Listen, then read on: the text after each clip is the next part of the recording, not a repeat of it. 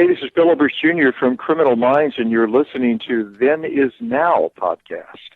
Rise and shine, my sinners. When Father Evil starts his day, he gets a little deadly. Deadly Grounds coffee has the richest, smoothest flavor you'll find anywhere. It's sinfully delicious. Once you go deadly, you never go back. Order yours at getdeadly.com. Coffee's so good, it's scary.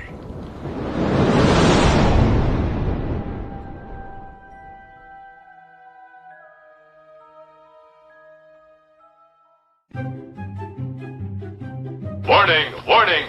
Today's episode contains spoilers. So if you have not seen the movie or TV show that we are talking about, we highly recommend that you watch it first, then listen to this episode.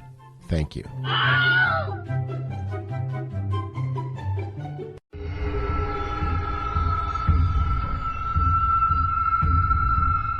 Welcome to 13 Days of Hallowtober.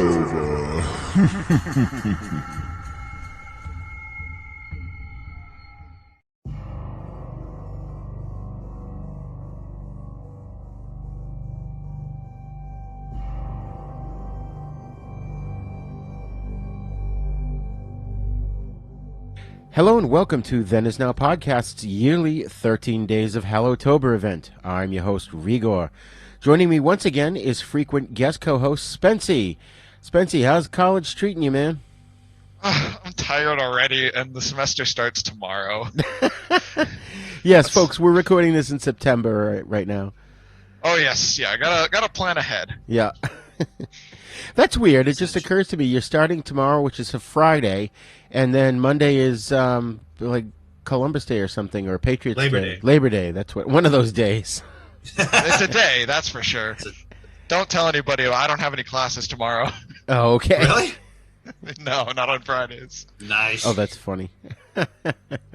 And also joining us is My-Kill, who is no longer new to the show, as he's not only part of our Pop Culture Chat sub-series, but was also a guest on our live streaming show, Fright Lounge. What's happening, My-Kill? Yeah, it's pretty awesome. I'm really enjoying getting in on this, because all of these are conversations that you and I used to have, over the years, and now, even though I live far away from you, we can connect and have the same types of conversations. Oh yeah, for other people to listen to if they want to. Oh, it's awesome. I'm so glad. I have to say, I'm so happy to have my best friend and my son on the same show with me so we can shoot the shit about all this stuff. It's great fun. It's awesome. Okay, so we are continuing our yearly event called 13 Days of Hallowtober. Our theme this year is vampire movies. We've got a special double feature for you today, as we're going to discuss the 1985 classic Fright Night, as well as its 2011 remake. Now, I got to warn you folks, there was a spoiler warning at the top of the show, and we're going to spoil the shit out of these movies, so you best go watch them if you haven't seen them before you listen to this. Yes. So once you're all set, sit back and get ready for lots of vampire-y goodness. Class is in session. You could have just said vampiric. Oh, I could have. I'm tired, dude. You're tired. I'm tired. Yeah. What is is that the adjective form of vampire? Vampiric? Vampire? Yeah, vampiric. Right. Huh. Vampire-y. Vampirus. Vampapyrus. Vampapyrus. Vampapyrus.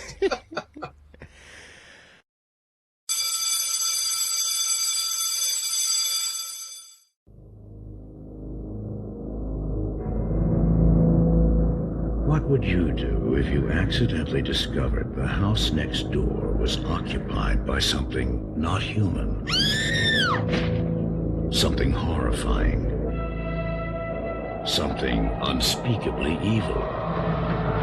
No one believes you. Mom, I didn't have a nightmare. Not your mom. They did kill a girl over there. Not your girlfriend. Charlie, is this some sort of a trick to get me back? Not even the police. Look, I know it's crazy. I know that, but look, Lieutenant! It knows that you know. You'll do anything to protect yourself. But it will do anything to protect its secret.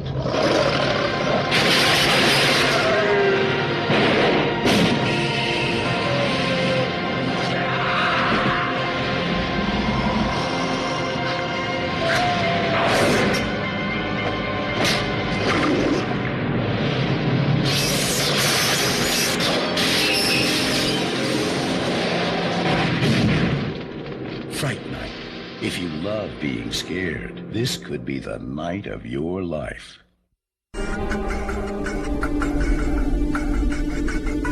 Okay, first up is Fright Night from 1985, starring Roddy McDowell, Chris Sarandon, and William Ragsdale.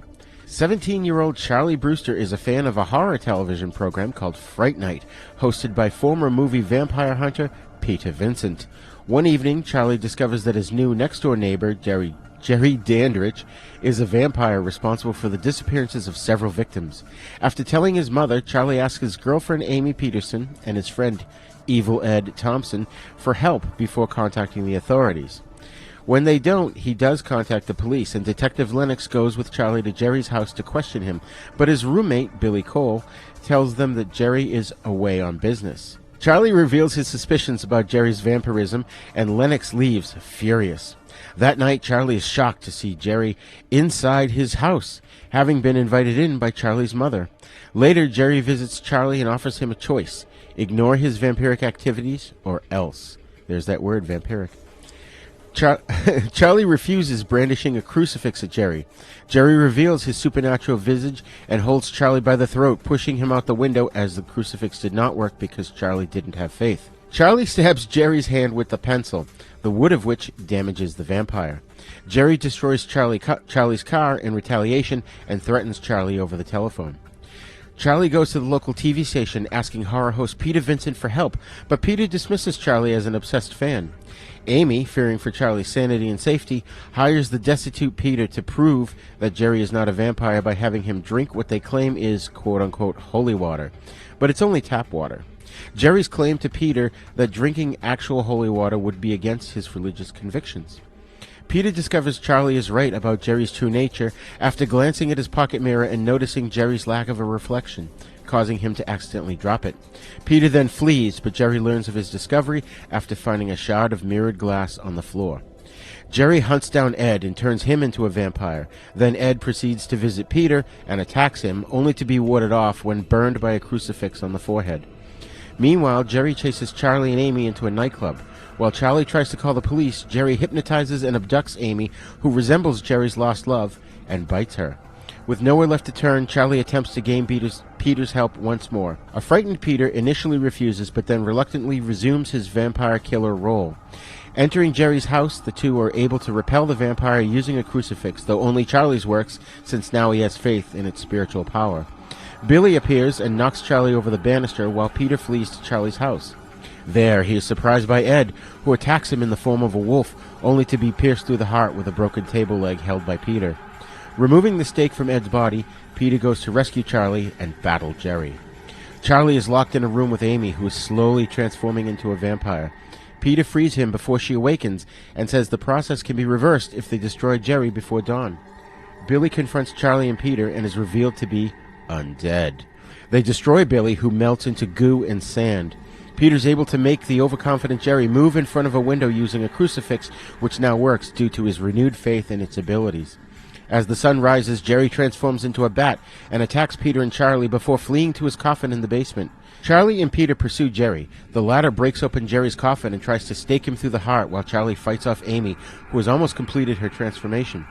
By breaking the blacked-out windows in the basement, Peter and Charlie expose Jerry to the sunlight, destroying him and returning Amy to her human form. A few nights later, Peter returns to his Fright Night TV series and announces a hiatus from vampires, presenting a film about alien invaders instead. Charlie and Amy watch the program as they embrace in bed. Charlie gets up to turn off the TV and glimpses red eyes in Jerry's now vacant house, but dismisses them.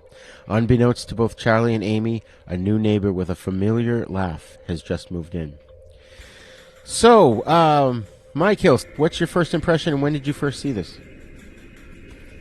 I love this movie. I don't, I'm so sorry. Every time you ask me when did I first see it, anything, I'm like, I don't know.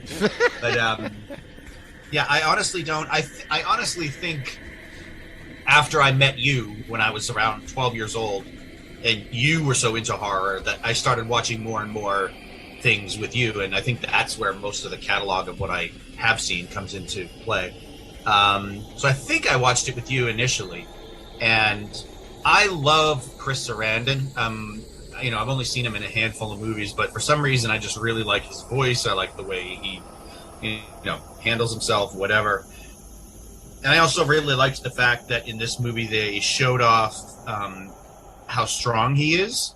One thing I really remember is that Charlie puts nails into the window to nail it shut, so that if the vampire flies up outside the window, it'll be harder for him to open it, whatever.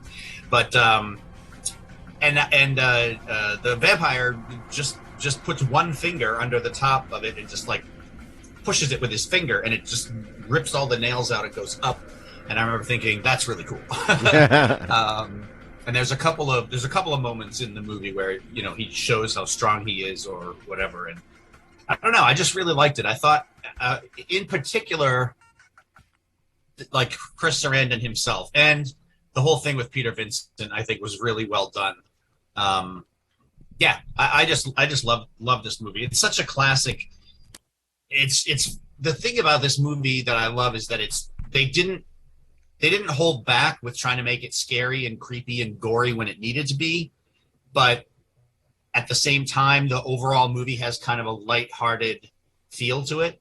Yeah. So it's a great combination that way. It's very entertaining, and yeah, it's great. I love it. Cool. Spency? I've seen this, since I was a kid. This movie has come on, a couple of times for me. And yeah, I agree. I really like it. It's not one of my diehard favorite movies, but it's very, very well done. And it's a bit, how do I say this? The plot of the movie is rather a low-key kind of deal. This isn't uncovering some grand conspiracy. This is just one kid finding out there is one vampire and then things escalating from there. So I thought that it was really, really interesting that throughout the movie, when somebody dies, it matters. It has a lot of stakes, and the effects in this movie are extremely well done. As you can clearly tell, they're all practical. So this movie is a really, really fun horror movie, but like you said, My-Kill, it's not too scary that somebody couldn't sit through it. Right. I love this movie. I mean, it's a classic. I felt watching it again recently, it definitely still holds up. It's very classy, and it was obviously clearly influenced by the Hammer horror films of the 50s and 60s, and it has amazing horror credentials with Roddy McDowell, who's just unbelievably awesome in this film. I mean, there's so much to love about this movie. I can't say enough good things about it, and we'll get into those details as we dissect it, but it's definitely a classic. So this movie was directed by Tom Holland, and no, not Spider-Man, a different Tom Holland. Tom Holland's an actor, writer, producer, director, and My-Kill, you're going to really appreciate this. He was in the Incredible Hulk episode Another Path, where David first meets Kung Fu master Lee Sung. Oh, sweet. Really? Yeah, he played a character named Frank Silva. I don't have a picture of him in my head because I didn't see one of him online, but I'll have to go back and revisit that episode. Another excuse to watch the Hulk. Yeah, right? He wrote the screenplays for the horror film The Beast Within, which my parents took me to see at the drive-in. It scared the shit out of me when I was a kid. He also wrote Class of 1984, and Psycho 2 was sort of a big one for him because that actually, he convinced Anthony Perkins to come back and do the sequel, and it was pretty much a hit. So that kind of put him on the map in terms of getting good jobs. He also directed the movies Cloak and Dagger and Thinner, as well as Child's Play. He did that. Thinner's really good. Yeah, that's a good one. So yeah, he got his start by directing, low-budget Hasbro toy commercials in the 70s, and then he went on to make some pretty good movies. He also wrote this film, and we'll jump into the cast here a little bit. Chris Sarandon played, as you mentioned, My-Kill, Jerry Dandridge. He's awesome. His ex-wife is Susan Sarandon. I always thought he was her brother, but they were married in 1967, and then got. And she kept his name. Yeah. You may remember he's the voice of Jack Skellington in The Nightmare Before Christmas. He was in the 1977 horror film The Sentinel, which is really good. He was also in the 1983 film The Osterman Weekend, which is what the Watchmen comic and movie is partially based on, about a guy who invites his friends over and then hunts them down one by one. He played Prince Humperdinck in The Princess Bride. Yes. He's great in that. I don't remember this, but My-Kill, I know you watched ER. He played a character named Dr. Burke. I don't know if you remember him on that. Really? Yeah. And I think he played the cop. He was in Child's Play, and I think he played the cop in that movie. And he's been in tons and tons of other stuff and movies and TV shows. William Ragsdale, of course, played Charlie Brewster. And he's done a lot of stuff that I never really watched, but he was on a show called, he was the star of a show called Herman's Head. I don't know if you remember that. There was a couple of shows that came out after Ferris Bueller that tried to, like Parker Lewis Can't Lose. Oh, yeah. And Herman's Head. Trying to recreate the Ferris Bueller vibe. Yeah. And it's funny. Years ago, I used to kind of confuse him with Zach Galligan, who was the lead in Gremlins. And, yeah. I would always just get those guys confused. But he also was in the sequel to this, Fright Night 2, which is not very good movie. There's a woman is the vampire in part 2, right? Yes, it's Jerry's sister, I believe. And her... Oh, and yeah, because she comes to town with a werewolf friend, and the guy that plays the werewolf is... I can't think of his name. He was the crazy uncle in Napoleon Dynamite, the one that kept reliving his high school football thing. Oh, yeah. Career. Yeah. He's one of those guys that just keeps popping up everywhere. So moving on, we had Amanda Burse, played Amy Peterson. My-Kill, can you tell me what TV show she was famous for? Oh, crap. No, I know that she was in something else that was fairly popular. So that when I saw her in the movie, I was like, oh, it's her. But I can't recall, no. What she played the crazy neighbor Marcy Darcy on Married with Children. Oh, okay, right. Like really high-strung character. Yeah, okay. Yeah. She's done a handful of other stuff, which I've never seen, but she's still acting today, so that's good on her, you know. Oh, wow. And then, of course, we get to Roddy McDowell as the late-night horror TV host, Peter Vincent. You know, what can we say about Roddy McDowell? We could do a whole show on him alone, and we should at some point. He's got over 270 credits on IMDb. I think this is the first movie with him in it that we've actually covered on Then Is Now, so that's kind of cool. I recall seeing him first in, seeing him and mainly hearing him with his distinct voice in Planet of the Apes, where he played Cornelius, and then in the later sequels he played Caesar. But he's just been in so many amazing movies. He was in a Hammer horror film called It from 1967. You may remember him as Akers from the Poseidon Adventure. He was in one that I saw at the drive-in as well in 73 called The Legend of Hell House. That movie scared the shit out of me. He had a cameo in a cheesy sci-fi movie called Laser Blast. Mike, you might remember this one. Remember, because they played it on Channel 56. It was the one where they took place in the desert, and this young guy finds this giant laser cannon, and he sticks his hand in it, and then it gets grafted to his body, and all of a sudden he starts to change slowly, and he's just going around shooting the shit out of the town.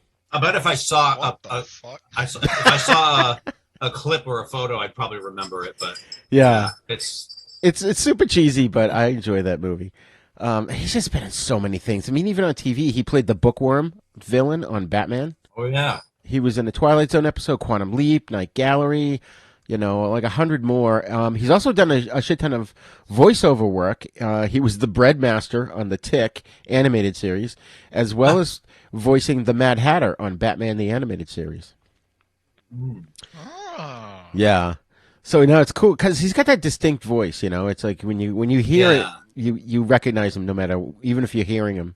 The great thing about him is that he no matter what the role is, big or small, silly, if it's supposed to be kind of like campy, like Batman or something else, he brings this, to use a kind of a highfalutin word, gravitas. Like he has this, you can tell he's very seriously embodying the character, and you get this, I don't know, he's got an authenticity to him that a lot of people don't, a lot of actors don't.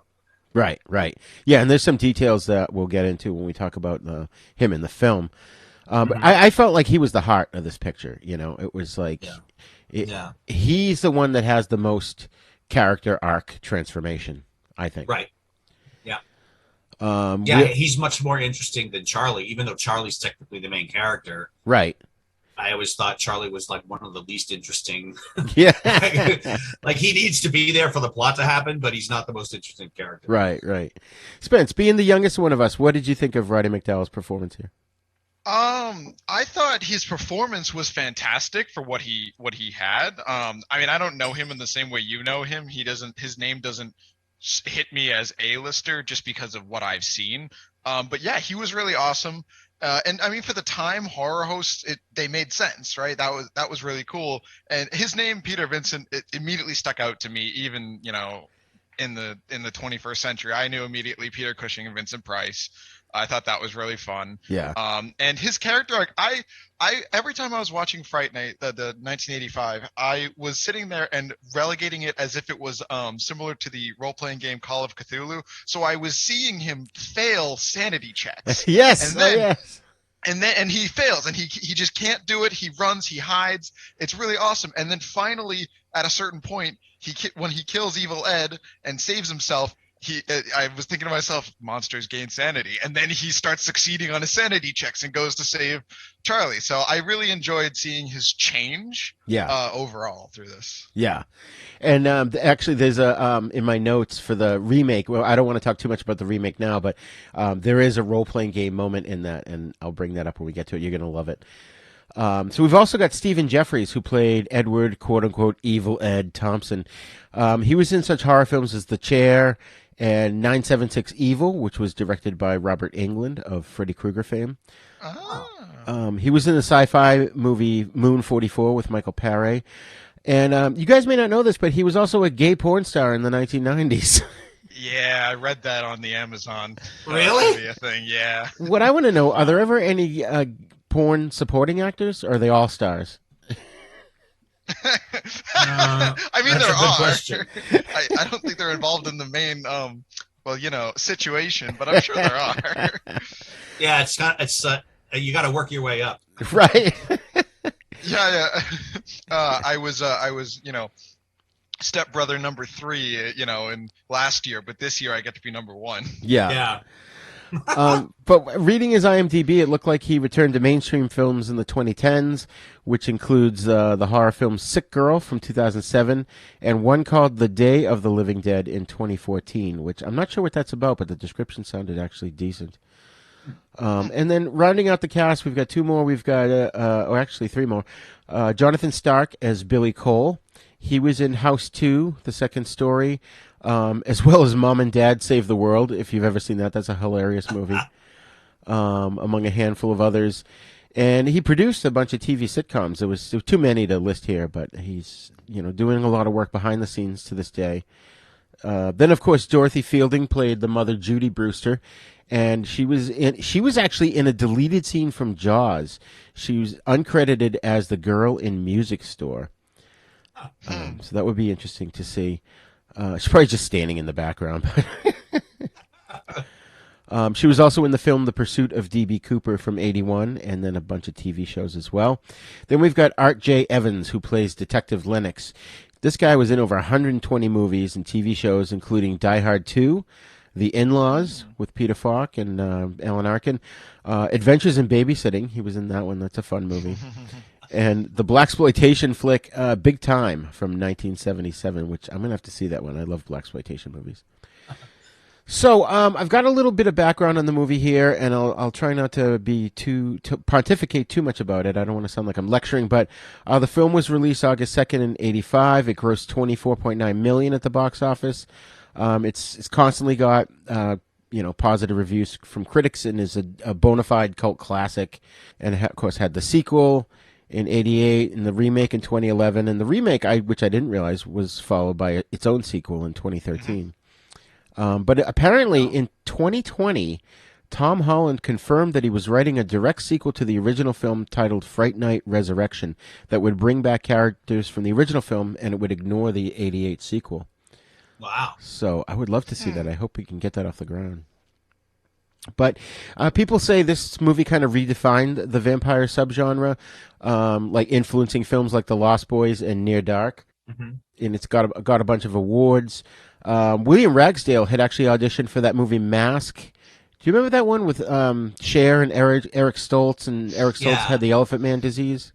Mm-hmm. Eric Stoltz actually obviously got the part, but then he got the lead in Fright Night. And I guess Tom Holland met with a bunch of actors, and one of them was Charlie Sheen. And basically, he said he wouldn't even let Charlie Sheen read because he thought he was just too ridiculously good looking to be believable as the boy next door. That's funny. Oddly enough, that same year the Fright Night came out, Charlie Sheen was in a movie called The Boys Next Door. So Oh my God.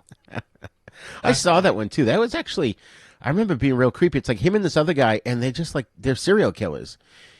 Like, they'll just like pretend to be someone's friend, and the friend invites them over their house, and then they kill him. Strange. Chris, I gotta say, what? I'm sorry. I was gonna say, like, the fact that a lot of times when you see a movie where the same person wrote it and directed it, it's kind of like, okay, they love what they wrote so much that they don't have the perspective enough to cut what needs to be cut and to like keep the movie well rounded and whatever. Like it's a lot of times if it's written and directed by the same person, the movie's kind of self indulgent and gets a little bit goes overboard.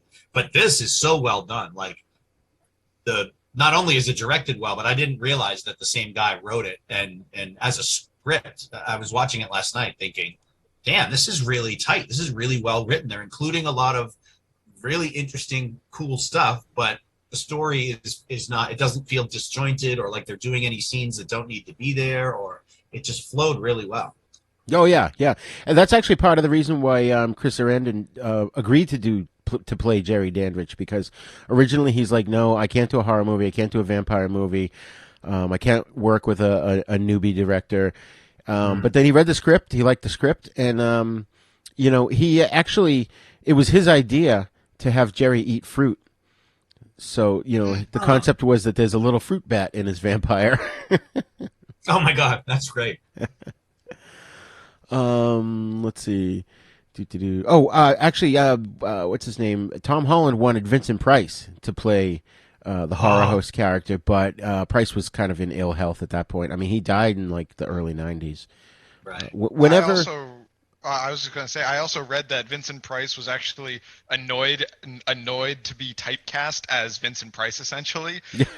So it took a while, and then what I read was once the movie had come out, and he was pleasantly surprised to find out that the character was actually based on him and the stuff he's done. Yeah.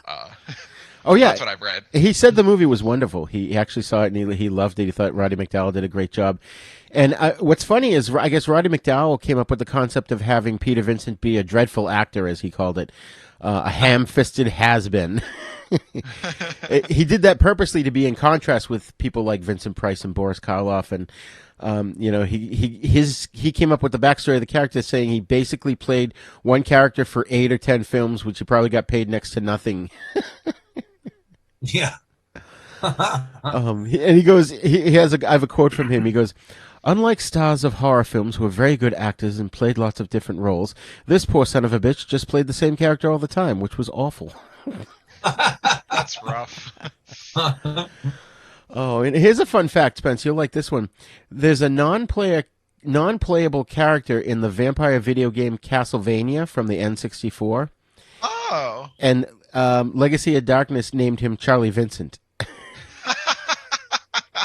That's so cool. And he's supposed to be like this inept vampire hunter. And if a player isn't careful, they can become a vampire after failing to subdue Dracula. Yeah, that's a large plot of Castlevania, is you're playing as a vampire hunter who's part of a vampire hunter family who hunts down Dracula. Yeah, yeah. Wow. One other funny thing I found about this movie was that apparently Stephen Jeffries and Anthony Michael Hall, they had the same agent, and the agent mistakenly sent Jeffries to audition for Weird Science in place of Hall.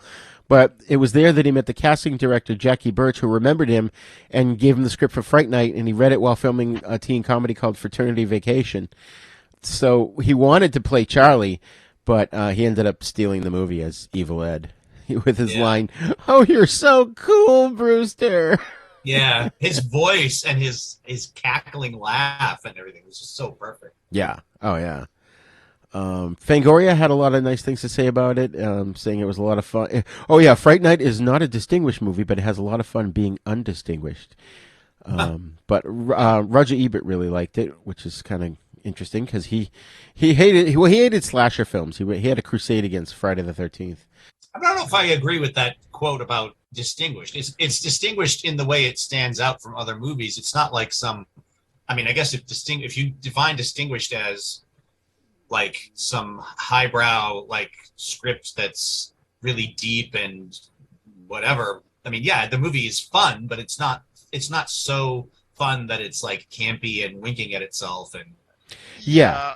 I would agree that the movie is great, but it's not super layered, which is actually a good thing about it because you don't have to unravel all the things to appreciate it.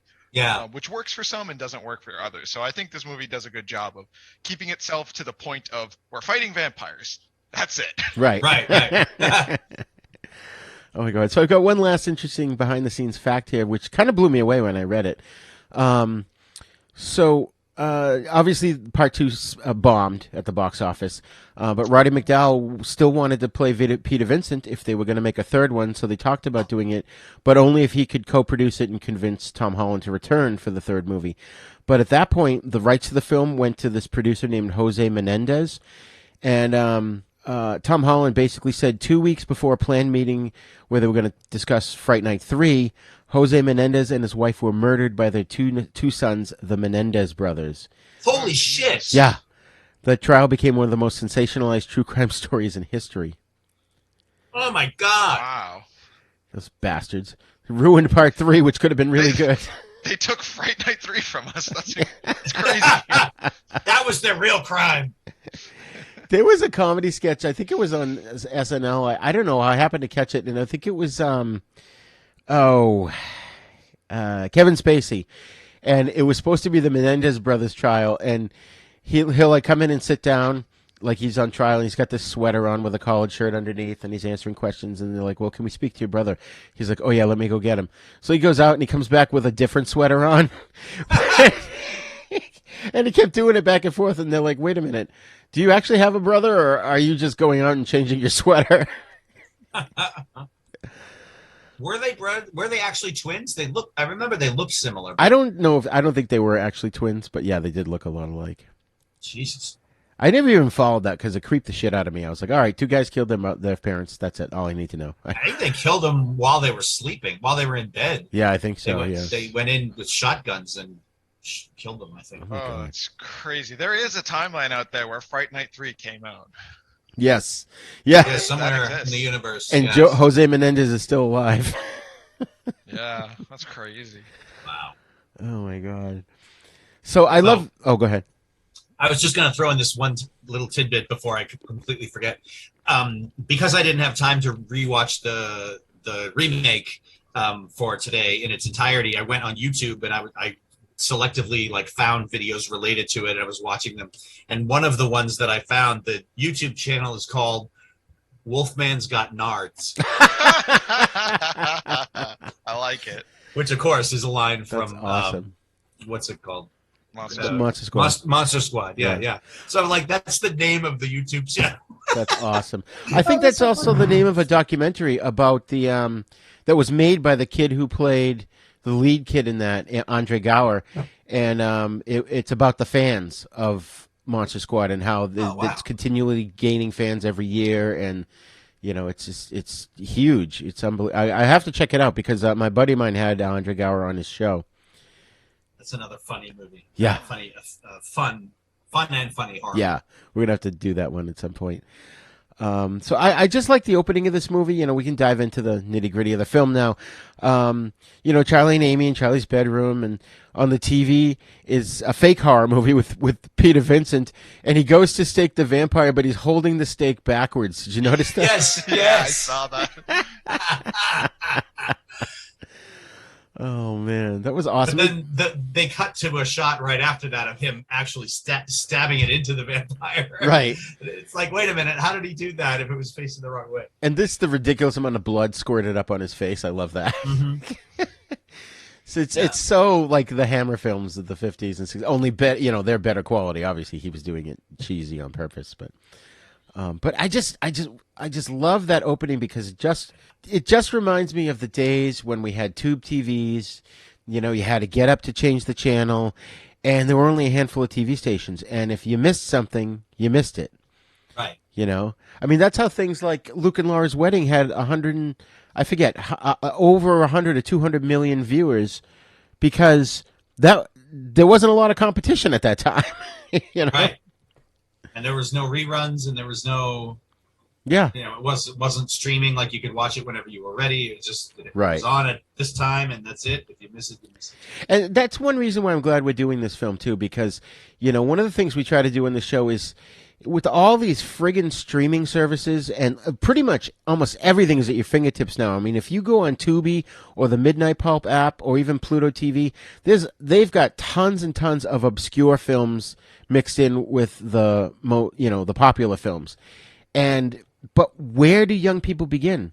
If, say, you saw a horror movie, you liked it, I want to watch more. Where do you friggin' start? And I think this movie is a great way to start, because it's like you said, Mike. It's a little lighthearted, but it's got just enough horror and nostalgia in it that there's so much you can pull out of it. Yeah. Yeah. I was thinking about it last night. Like I think it was Spencer was saying a little while ago about how simple and basic the plot is, and it's like, the whole point is like, this guy Jerry, what a name for a vampire, Jerry. But Jerry he Dandridge. moves in. Yeah, Dandridge, right. He moves into this house and he just wants to live there and eat people occasionally, or drink their blood. And the reason that as one does, the reason the whole movie happens is because Charlie starts messing with him, Right. And then when Jerry first comes into his house, he says, I'm going to give you a choice. Like, let it go, leave me alone, or I'm going to, you're going to be in big goddamn trouble. Either just forget that everything you know about me, just let it go, and I'll leave you alone. Right. But of course he doesn't. And, it's an interesting scene for him to say that, all I want is for you to leave me alone. Right. And especially the way he says it, because he goes, I'm going to give you something I never had, a choice. Which is cool, because right there is a huge fuck ton of exposition in one line. Yeah, I know. And then I was like thinking, what exactly does that mean? He was turned without his consent, or maybe even more things in his life that were out of his control. Yeah. Yeah, I gave that. him dimension. Just saying that line gave him a little bit more backstory. And getting back to your point earlier, Mike, about how he was strong, did you guys notice at the beginning when Charlie wants to have sex with Amy, and then she doesn't want to, and then by the time he finally convinces her, he happens to notice Jerry and Billy outside.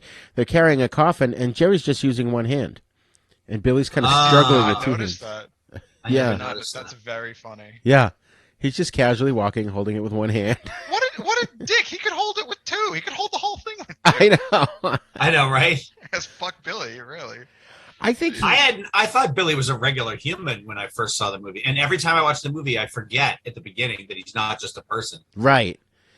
We find out later that he's supernatural. I always called them ghouls, but a friend of mine corrected me the other day, said they're called familiars, which are the people who sort of take care of the vampire while they're sleeping during the day and protect them. Yeah, I've heard it both ways, where ghouls are like, the word ghoul has a variety of meanings from what I've heard in different lore, but yeah, that is a term for it, is that it's like this symbiotic relationship, like how certain spiders keep frogs as pets and stuff like that. Yeah. But then also familiars are from what I've heard are like people, like there's a concept in a lot of vampire media, they're like dependent on like vampire blood, but they're not turned. Right. So it's stuff like that. Yeah. Yeah. Was that what Renfield was in the Yes. I think so. Yeah. Okay. Yeah, absolutely was.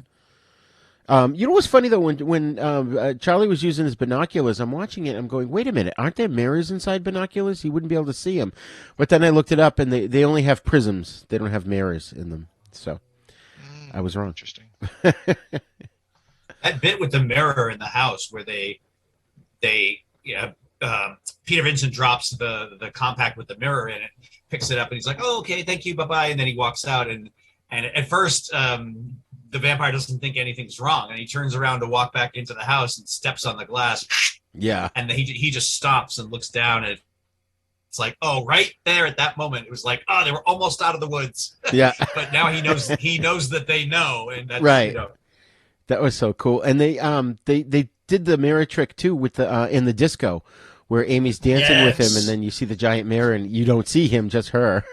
Yeah, that's cool. That They remind did it not in a cheesy way, you know. They Right. showed it. Yeah, it's well done. That reminded me, Spence, you saw Fearless Vampire Killers with me, right?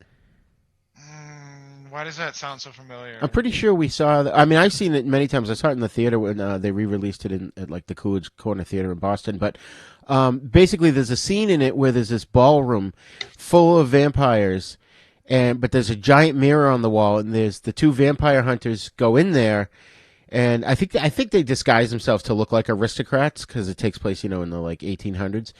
And the scene is so awesome because you just see them dancing around, and when you look in the mirror, and you don't see the vampires, but then it cuts back and forth, and it just was great trick photography to see the vampires really there, but then not in the mirror.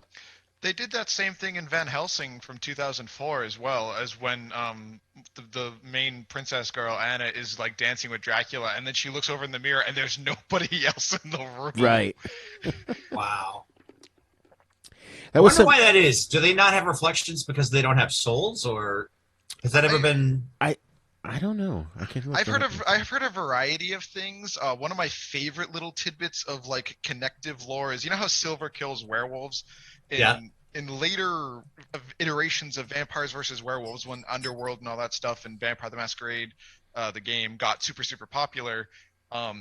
I did not know this, but older mirrors, as in like mid 20th century, might be later than that, they were made with a layer of silver. Right. Yes, so that's why there's some iterations of vampires that show up on cameras and not on mirrors and stuff like that. So there's different ways to interpret it, and that I've heard is one of the things that does show up. So if silver can kill vampires, then it also means that certain mirrors and older mirrors will not show them. Right. Oh, okay, that makes sense. I think that's cool. I just want to back up a little bit here. The whole thing with Charlie sort of peering into his neighbor's house, that reminded me of Alfred Hitchcock's Rear Window with Jimmy Stewart. Yes.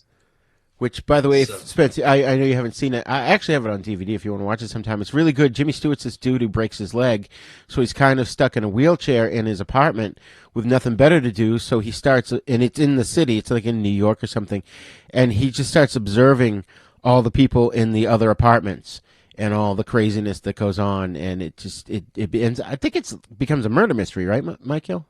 Yeah, he sees. It's very similar in that he sees something that he thinks is like a dead body or a murder happened or something, and then he tries to get to somebody to help him investigate it and whatnot. Yeah. It's really good, though. It's really good. It's very suspenseful. Yeah. There was one thing I spotted in the movie. I know you guys wouldn't notice it, but one of the movies, I think it was the scene right before, what's his name? Charlie's sitting in a chair in his room and he's snoozing, and there's a movie playing on the TV, and it's right before when he looks out the window and he sees Jerry and the girl across the way, and the girl takes her top off, and Jerry closes the shade, obviously going to kill her. But the movie playing on the TV is called Children Shouldn't Play with Dead Things, which I was watching. I'm like, oh my God, I recognize that movie. That's funny. Children shouldn't play with dead things.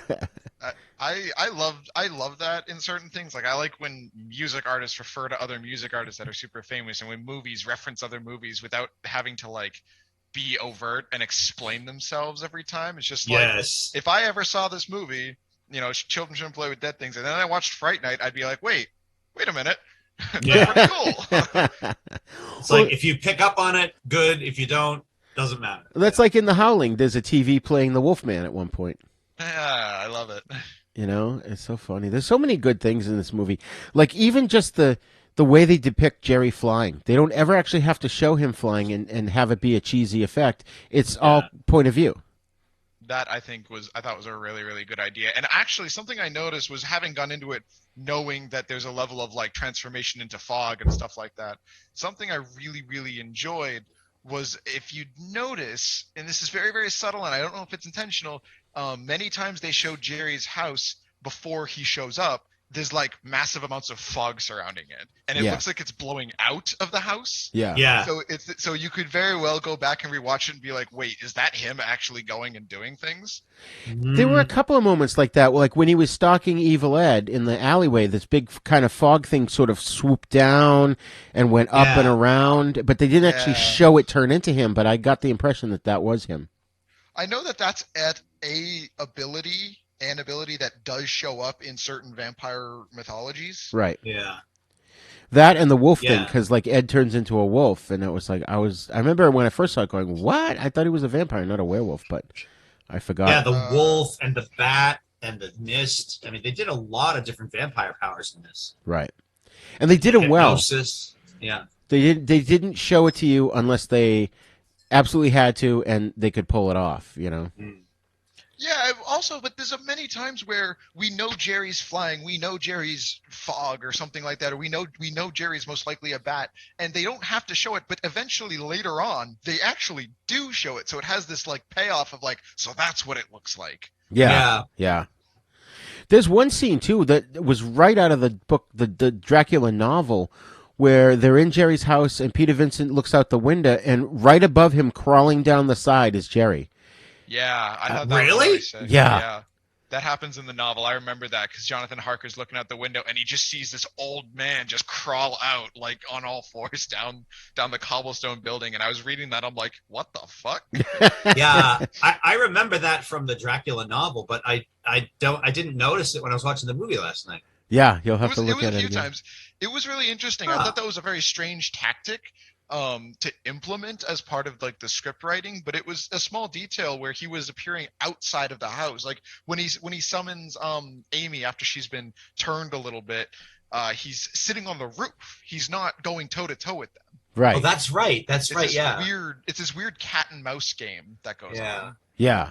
I almost wonder really if enjoy he was waiting for her to see if maybe she picks off Peter and then he can go in and kill Charlie, because it's 2 against 1, you know? I think that was part of it. Something I really enjoyed in actually both movies is this very good game of cat and mouse. They eventually, Jerry's obviously stronger, but the moment they get a weapon that can kill him, he's now much more cautious and scared of them to engage them head on. Yeah. Right. And I love the fact that when Charlie, towards the beginning, when Charlie stabs him in the hand with the pencil, they don't ever come out and say, well, wood can defeat a vampire. It's just implied because you see the reaction he gets. Yeah. I thought that was... Ooh, go on. No, go ahead, Spence. I was just going to say, so the way I watch these movies is I actually watched the remake first as a bit of an experiment. Now, I had never seen the remake. I had seen Fright Night before. But when rewatching them today, I rewatched the remake. And in both movies, there's this excellent detail that I absolutely adore for the storytelling, is that whenever a vampire gets seriously injured, they immediately have to, are forcefully reverted to what their vampire form kind of looks like, with the big teeth and the rictus grin. I actually freaking love that because when he stabs Jerry does this weird spin thing, but then he looks over and he's full-faced, got his massive teeth hanging out. Right. And he looks really scary and twisted and demonic and fucking like he's not just Jerry with teeth and red eyes. He like just looks like this thing that just rose up out of hell. I mean, it's really scary. Like I like that symbolism for vampires overall, where there's like these like weird 3 forms where you look normal and then you look normal but you have the really big fangs, and then there's this like combat form. Right. I think, isn't that even covered in Vampire the Masquerade, the role-playing game? Yeah, there's a few powers. I'm reasonably familiar with their later systems, but there's a few powers that are like that. I kind of wanted to implement something similar, but I love that concept of when they're damaged, they then have to fight, and whether or not they choose to, they're showing a lot more of what they are. And actually, something I noticed I really like is as the fight goes on, Jerry gets more and more reckless. He gets more and more brazen, worried about the fighting. He's cautious, but he starts making a lot more interesting maneuvers. Like he starts just lunging at them a lot more often. The final fight in the basement, he lunges at Peter Vincent and grabs him, and he doesn't notice that there's a blacked out window right behind him, and that's what Charlie throws down to eventually finally kill him. I'm like, in my brain, I'm like, he's smarter than that. And then I was like, oh wait, I guess he was like really desperate to like kill them.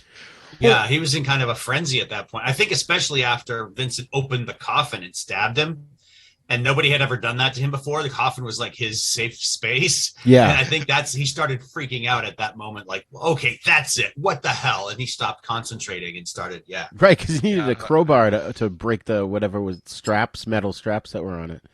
Right. It was locked from the inside out. Yeah. The thing is, too, the wall behind Peter, when he does that moment that you just described, I'm watching it, and I thought and I'd forgotten. I thought it was just a plank of wood nailed to the wall or something, and then it was a curtain, and then Charlie just runs up and yanks the curtain down. Yeah. Yeah, that was great. There's so many good little details. Like, I love the fact that instead of a cape, he's got a trench coat. Yeah. You know, that's very cool. Yeah, and it feels like they were very careful about his wardrobe and everything. Yes. He even has a coat that's at his waist. It's not a trench coat that he wears a couple of times. That's the exact same style with the exact same undershirt. Right. And he definitely had an austere air about him. You know, he must have come from like some kind of 18th or 19th century nobility or something. At least that's the impression that I got from the character. You know, Definitely. Maybe even longer. Didn't he say something about how many thousand years he'd been alive at the end? Oh, I don't recall. That was at the end of the remake. They mentioned okay. age. Oh, right. Okay. Which I thought was cool. I was going to ask if you guys know anything about deleted scenes that were deleted from the original. Have you ever heard anything about them? I have. So those are actually scenes that aren't in the movie. They actually took those out for a variety of reasons. If you're referring to actual scenes in this movie, I have no idea, but that's what they are. I know what deleted scenes are, you pinhead. Yeah. Thank you, Spencer, for clarifying that. I'm all set now. We're good. Game over. No, I meant in this particular movie because Jerry tells Charlie, I destroyed your car. And then later, Charlie tells Vincent he destroyed my car, but we never see that. We do stop seeing the car. We stop seeing the car. It vanishes. You know, and it's when that scene happened, I remember thinking that we saw the car at some point, and then we never did. And I don't know if maybe that was cut from the theatrical release. Maybe they just couldn't use the car anymore, so they threw a line of dialogue in there or something. Might be a script writing thing where they just didn't need it, so they needed to give a very reasonable explanation as to why Charlie doesn't have access to it anymore. Yeah, but you would think they would at least show like one shot of it, like in a ravine or with the roof crushed in or something, to show that he did it. I don't know. I'm just saying, like, you know, in a situation where it would not be easy for him to get it out and back on the road. Yeah. Well, according to what someone wrote on, I thought it was IMDb. It's moviechat.org. They said that it was actually, there were alternate takes on the TV version. Let's see, an alternate take of Charlie trying to convince his mother that Jerry's a vampire in one of the TV spots. But then he or she says, there's a few extra scenes, such as an extended chase sequence and another featuring Charlie making a phone call to Evil Ed after he discovers his mother invited Jerry over for Bloody Marys. Bloody Marys, that's awesome. That's funny. So I don't know how true that is. It's somebody posting it on a website. It's not an official thing. But I would have liked to see him wrecking the car, though, because it would have been one more opportunity to see how strong he is. Or even just like a car door flies like above the window or something. Yeah, something like that. Yeah, it was odd for them to mention it twice and then no visual indication of it. I thought that was weird.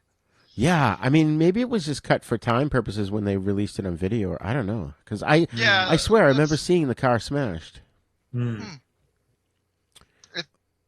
very possible that they did add it for the TV version because at that point they really didn't need to care as much about runtime. Right. There's a great moment where Peter Vincent has a line when he's explaining to Charlie when they first meet, and he's telling him he got fired, and he goes something Like, no one wants to see vampires anymore. Just demented people in ski masks hacking up virgins. Yes, yes. That was I was like, it's a hockey mask. Well, they probably didn't want to, get sued or something. But I just love that they're in the middle of the 1980s making fun of the horror movies of the 1980s. Yeah. Yeah, that was 1985. There were 5 parts of Friday the 13th at that point, and probably at least 4 of Halloween's. Yeah. That's pretty funny. Oh my I love God. that first scene where Charlie goes to meet Vincent outside the studio. And that whole scene where he's trying to explain the situation to him, and Peter Vincent is like, goes through a series of like, first he's being like a little annoyed and just kind of tolerating him, like, oh, he's a fan. What do you want me to sign? And then he get, I believe in vampires. And he goes, what does he say? Like, that's good or that's nice or something. Yeah, yeah. Goes to walk away from him. I want you to help me kill this one. And he's like, okay, bye-bye. Yeah, yeah. He like gets in and locks the car door. Yeah. Aha, he's crazy. Right. Yeah. Oh man, I love the fact that Jerry's got a shit ton of clocks on his wall that go off at dawn and dusk. Yeah. Could you imagine being that heavy of a sleeper? Right. I think it's more for when the sun comes up that he's got to be. I mean, yeah, he's got to be warned. True, and also it's a level of like loudness. You can probably hear that from 2 or 3 blocks away. Right. The moment it's like, oh, by the way, panic. Right. There's one. But you would think it would go off like a half an hour before sunset. I mean sunrise. I know. You know? Maybe this you have to. He would have to. You just wait. Hold on. He would have to manually set them. Right. Well, probably Billy does it, but you got to figure that every day Billy's got to slightly change it because the time moves. Oh, right. The sun. Yeah. Oh, my God. It's like 400 clocks on his wall. Jesus Christ. Could you just imagine being like, damn, I really need a familiar. What for? The clocks. Get it to me. I was half expecting to see one of those Garfield clocks where the tail swings like a pendulum and the eyeballs move back and forth. Oh my God. But that's another example of him losing his focus and losing his cool, is that he doesn't even realize, Jerry, the vampire, doesn't realize that it's dawn until the clocks go off. Right. So like you said, Spence, he's so wrapped up in the battle and how much he hates them that he's not paying attention. Right. I enjoy watching that. It gives this air of like they're actually not the dominant species, because at their core they're much more animals than you or I. Yeah. Right. Right. That. They're actually quite fragile. If you know what they're vulnerable to, they're pretty fragile. Right.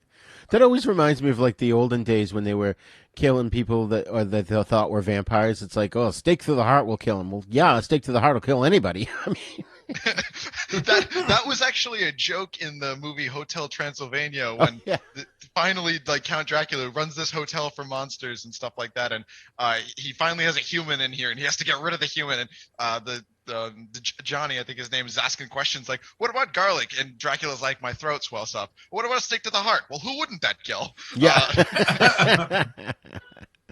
Doesn't it say something? Doesn't Van Helsing or somebody say something in the Dracula novel about that you have to chop off the vampire's head? And yeah, so that yes, from what I know is the wooden stake isn't actually the killing blow in most of the old lore. That was to pin them to the grave so they couldn't get out of the coffin. Right. Yes. Ah. Yeah.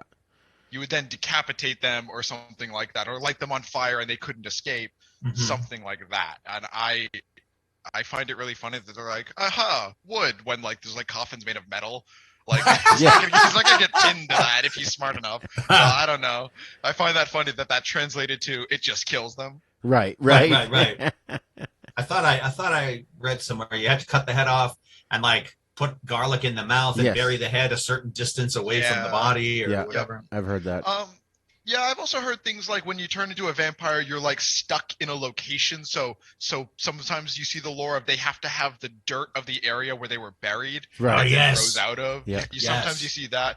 I saw that in The Strain, which was a vampire story, but different one. Oh yeah.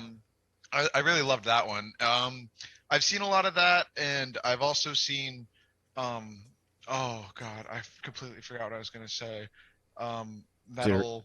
Bring the dirt Collins. with you from where you Bringing the dirt with you. Yeah, so they actually can't leave the dirt. Like they can't go within like a mile or two outside of an area within the dirt. They have to go back to that to heal every night, otherwise they're just gonna die and wither away. It's really interesting all the different bits of lore and different kinds of vampires too. Every single mythology has some level of blood-sucking humans, specifically blood-sucking humans that do not like sunlight. Right. It's kind of crazy. Yeah. Oh, it's funny because I just covered and as part of the series with a guy named John Grace, we talked about a film called Mr. Vampire, which is a Chinese kung fu film, but it involves the Chinese mythology of vampires, and it's really weird because in their mythology the vampires have rigor mortis, so they can't walk or run; they have to hop, which is actually kind of silly. This movie was a bit of a comedy, and they have their arms outstretched in front of them. The way they stop these guys is, and I always call them Post-it notes, but they have these long yellow pieces of paper with like a spell or something written on it, and you put it on the vampire's forehead, and that stops them. But you also have to have this candle that has to stay lit, and if the candle blows out, they'll wake up. And like, there's all these interesting things that they do. Like if there are vampires that are in coffins, they have to put these light incense and stick it in the end of the coffin. And somehow that keeps the vampire at bay as well. It's really, really fascinating how it's the same yet different, you know? Yeah, I remember what I was going to say. In the show Supernatural, when they first introduced vampires, which are actually a lot more similar to the Jerry type of vampire, not necessarily in powers, but in look, where they have like this big, like gaping maw of teeth that just aren't seen. Yeah. The first thing is like, the only way to kill a vampire, steak. Garlic. No, we use a machete. We decapitate them. That's what we do. I'm like, okay, that's a much more practical way to kill them. There was a great scene. Mike, you said the word focus earlier, and it reminded me. There's a great scene when Charlie doesn't realize that Jerry's hiding in his closet, and in the background, Charlie's looking out the window at Jerry's house, not realizing that he's in the room with him, and you see completely out of focus in the background Jerry coming out of the closet. And that was scary as shit. Yeah. That was pretty scary. Something else that was a good scary moment in the background was when fucking Billy did the Michael Myers where he sat up. Yes. And it was just all core, and you're like, damn. Yeah. And Seriously. Jerry does a sit-up thing, too. When Peter Vincent stakes him in the coffin, he does that Nosferatu where he just goes up straight. He doesn't even bend his knees or anything. Yeah. Not quite sure how he even did that, but I assume it's something to do with his flight powers. That's what I would assume, yeah. So it was kind of cool. It's like they threw in like little things here and there that were just different enough from what we had already seen to like keep you interested. You know, they didn't reuse the same thing over and over and over. Yeah. I like something specifically I like about this movie that gets leaned into harder in the remake is the concept that he has to be invited in. Yes. I enjoy that level of security that Billy has. Yeah. To some extent, and then it gets, absolutely revoked when his mother's like, "Oh, come in, it's fine." It's like, "Oh shit, well now I'm fucked." But it's just really interesting how that is another funny little detail that shows up. Yeah. So many good details. Very much the Lost Boys. Yes. I think that I don't know if I'm not sure which one I saw first or what, but I think when I watched Lost Boys, it was the first time I had heard that thing about the inviting, because the older guy says to Michael, like, "Well, you're the man of the house, and I'm not coming in unless you invite me." Right. He goes, "You're invited." Like, it's just an afterthought for Michael. And then later on, it's like, "Oh, well, you invited me in, dummy." You know? Yeah. Oh, shit. Yeah, Something that was. I got to think about. That was great. One thing I loved in this movie too was the score. It was sort of like an '80s synth score, but it was a great tune. That It was Brad Fiedel, the guy who did the Terminator music. Oh, that's right. Okay, that's pretty good. I noticed the score immediately too. I noticed actually in both movies it was really good. So I thought it did a very good job of setting the tone, but I was also they were able to pull it out of scenes. Like you don't have too much score when he's pleading with Peter Vincent or when they're talking in Jerry's house. Right. I like that. So they only use it when there's minimal dialogue going on. Right. Yeah. Now, the times that there were actual songs, like a rock and roll song or a pop song playing in the background, Mike, did you recognize any of those? Yeah, I recognized the way they sounded because I've heard a lot of 80s music in my life, obviously. But I didn't recognize any by name, I don't think. Okay, because, well, the reason being is you recall the soundtrack to the Terminator. It's got all those songs, but those were pretty much just made for the movie, which I actually like those songs, but Me too. they weren't real pop tunes. And so I'm watching this movie, and I was thinking the same thing. And I'm sitting there with my wife, and Charlene, and she's like, I go, oh, I love when 80s movies have cheesy 80s music in it that's not real music. And she's like, no, I know this song. She's like, these are real songs. What are you talking about? And I'm like, oh. I thought they made them up for the movie. Oh no! Especially the one in the dance club when he's like seducing her. That one sounds like something they made up for the movie, but I don't know. I guess it's and that was the point where she was like, "No, this is a real song." She didn't remember who it was because she never does. But yeah, that's a good point, though. You just made me think of something, Michael. If you say it fast enough, it sounds pretty good. Something I thought of was that it's really friggin' creepy that this dude is like seducing and hypnotizing and kidnapping 17-year-old girls. That's in my notes. I'm like, that's really, really odd. And like nobody pays attention, nobody notices it. Yeah, it's like we never hear a peep from the parents of Amy. Right. They're never like, hey, where's my daughter? Oh, I think she's at the neighbor's house. Doing what? I don't know. Right. Yeah, we never see her or Ed's parents. But the thing is, too, that made me think of, even though I've never seen the movie, I'm familiar with it, is Twilight. It's the same thing. He's like, what, 200-300 years old, and he's going after high school chicks? I'm like, what is it with these vampires that are so old? That maybe because they'll last longer. Like, if you get them younger, you can be with them for, 50, 60 years.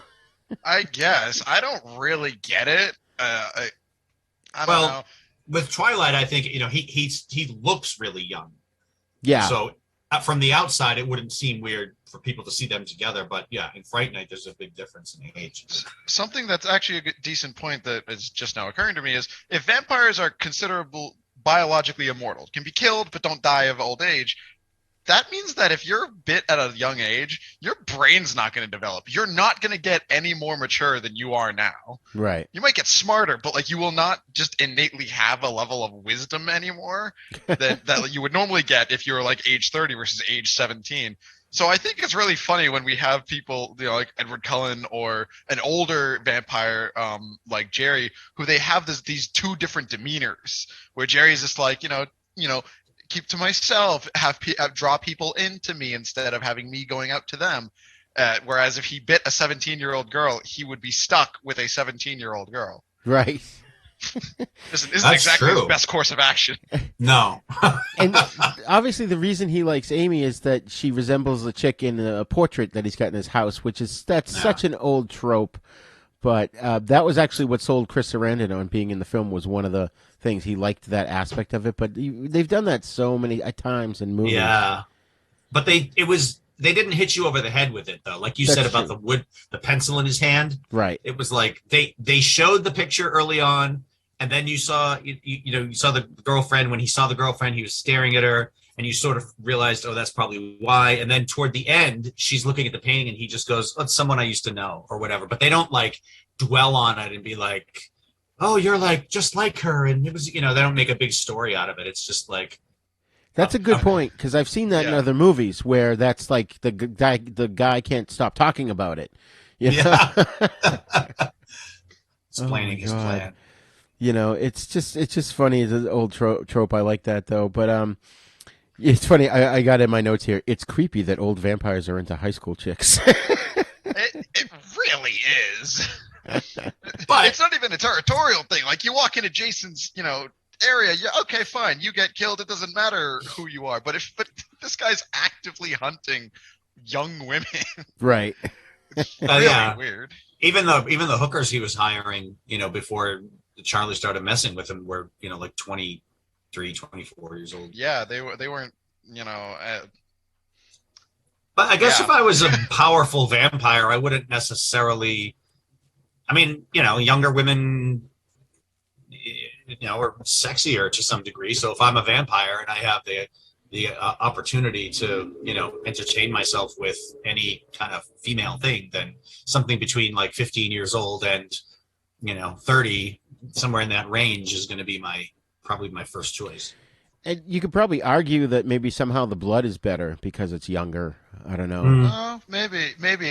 Something I thought was really interesting. Jerry's walking through the club with a sweater on. I'm like, you are not dressed for the occasion, A. But B, all the women are fawning over him, and even a couple of the dudes are looking over at him. Like he's walking through, and I'm like, so that's what it's like to have a 30 charisma. Yeah, Okay. yeah, exactly. He's just got that charm, that Dracula charm, I find it interesting. I'm not sure how much of it is just like people really like him and how much of it is this like unnatural, passive, like people are attracted to me, and how much of it is this active, like I want everybody to look at me and like me. Yeah. And find me sexy. Like vampires in general are either really intimidatingly scary or kind of sexy and appealing, Right. That's something they address in Vampire the Masquerade the game. Is they establish very on one of the first sentences I read in the whole book was a vampire bite is actually euphoric to a regular person, Right.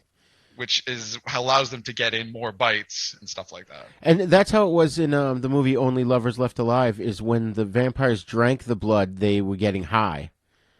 Wow. Yeah, I like that concept. You guys have got to see that movie. That's friggin' awesome. Yeah. But yeah. anyways, Spence, I wanted to mention to you, too, the first bouncer they meet, the sort of a skinny bald dude with the goatee in the club, he was one of the bikers in Friday the 13th Part 3. Oh, yeah! Oh, I remember that little trio. The one that you thought was dead, but Jason only hit him with a club, so he didn't actually kill him. Yeah, which I find kind of funny. In the first Fright Night that ever came out in 1985 here, what ends up happening is, if you look, that's the only human being that we see die. That's that we actually visually see. Yeah. That's and true. I was kind of like shocked and like confused when he was like, oh yeah, anyways, by the way, here, have some claws in the middle of the club. Everyone's gonna go panic and everyone's gonna look at me and then point me out to the authorities. I'm like, okay, I guess not. Whatever. There's that. And then also, if you looking at the rest of the movie, I was thinking about, I'm like, how many people actually died? The rest of the creatures that die are actually vampires / undead. They're, supernatural creatures. So the deaths are a lot more grand, and they take a lot more time. It's a lot more of an intimate experience to watch them get killed and melt and have all this gore and blood everywhere, or ash. Right. Very, very. Evil Ed's death, I think, is probably the best. Oh, yeah. That, reverse transformation, that was just amazing, the effects. So I have a question for you, Mike, and pose to you, Rigor. What is your favorite kill in this movie of the 4 we get to see? You mean you're talking Billy, Jerry? Yes. Which of the 4 deaths that we get to see between Billy, Jerry, Evil Ed, and the bouncer? Which one was your favorite and why? That's a good question. I enjoyed Evil Ed's death because, personally, I love werewolves, and he was like half werewolf, half man. And even though it's obvious that it's special effects and stuff, I thought they did a really good job at generating sympathy for him. That he's pretty evil, and when he was evil, he was mocking and seemed to be taking delight in threatening and hurting and people, killing, being evil.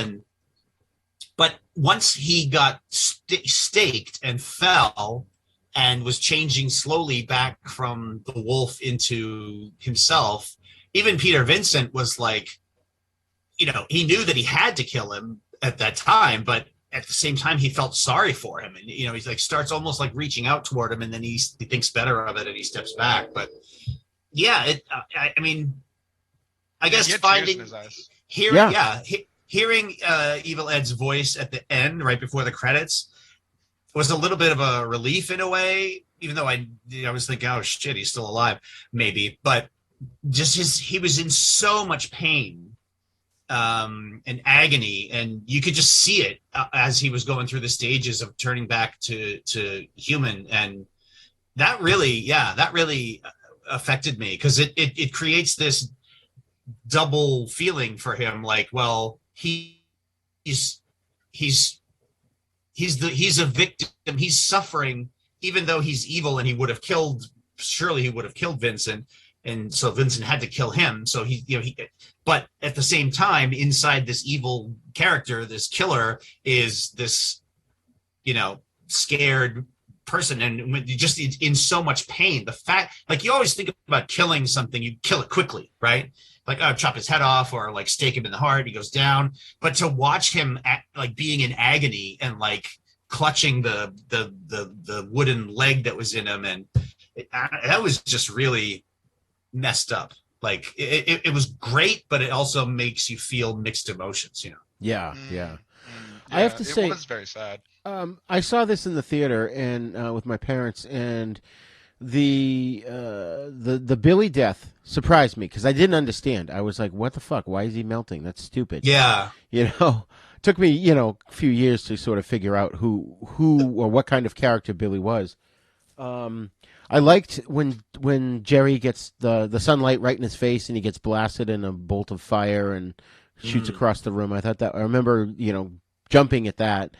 But the bouncer, he goes by so fast, I didn't even notice it. Oh, didn't the big bouncer get killed too? He got thrown. We don't see him die. Oh, okay.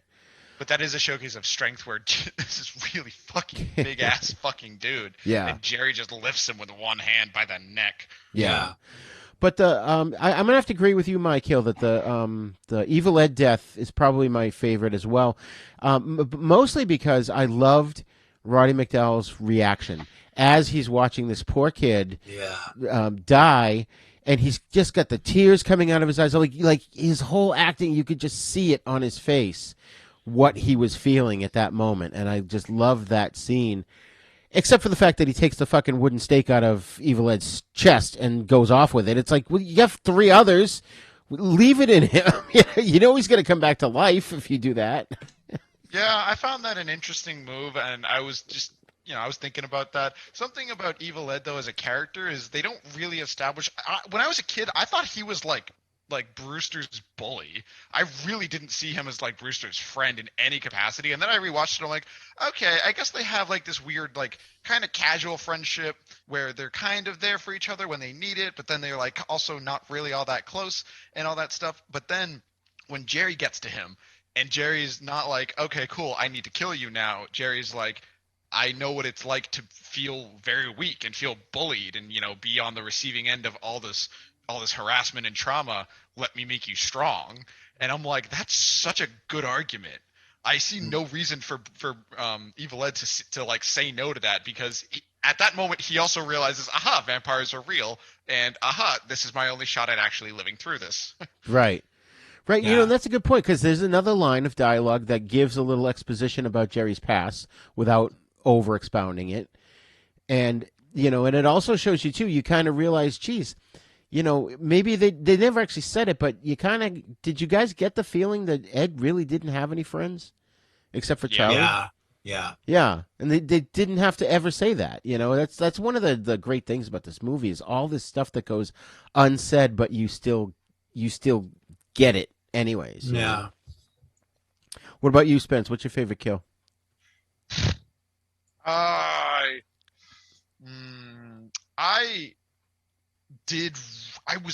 was really like looking away during Billy's death. I was like, oh, okay, hold on, I have to like look away for a hot sec, because he was melting. You look back and just see him getting progressively worse and worse and worse. And I really enjoyed that. Evil Night is still, I have to agree that it's probably my favorite just because of the transformation aspect of it and how horrifically sad it was. Whereas I don't feel as bad for Billy because he's, just kind of like he's the lackey. And he was a dick anyways. Yeah, he was a real douchebag. Yeah. Billy's death was the most fun. Yeah. I got the sense that the people making the movie were like, let's just go all out and make this fucking ridiculous, like. So we have this extra $8,000 to spend from the budget. What are we going to spend it on?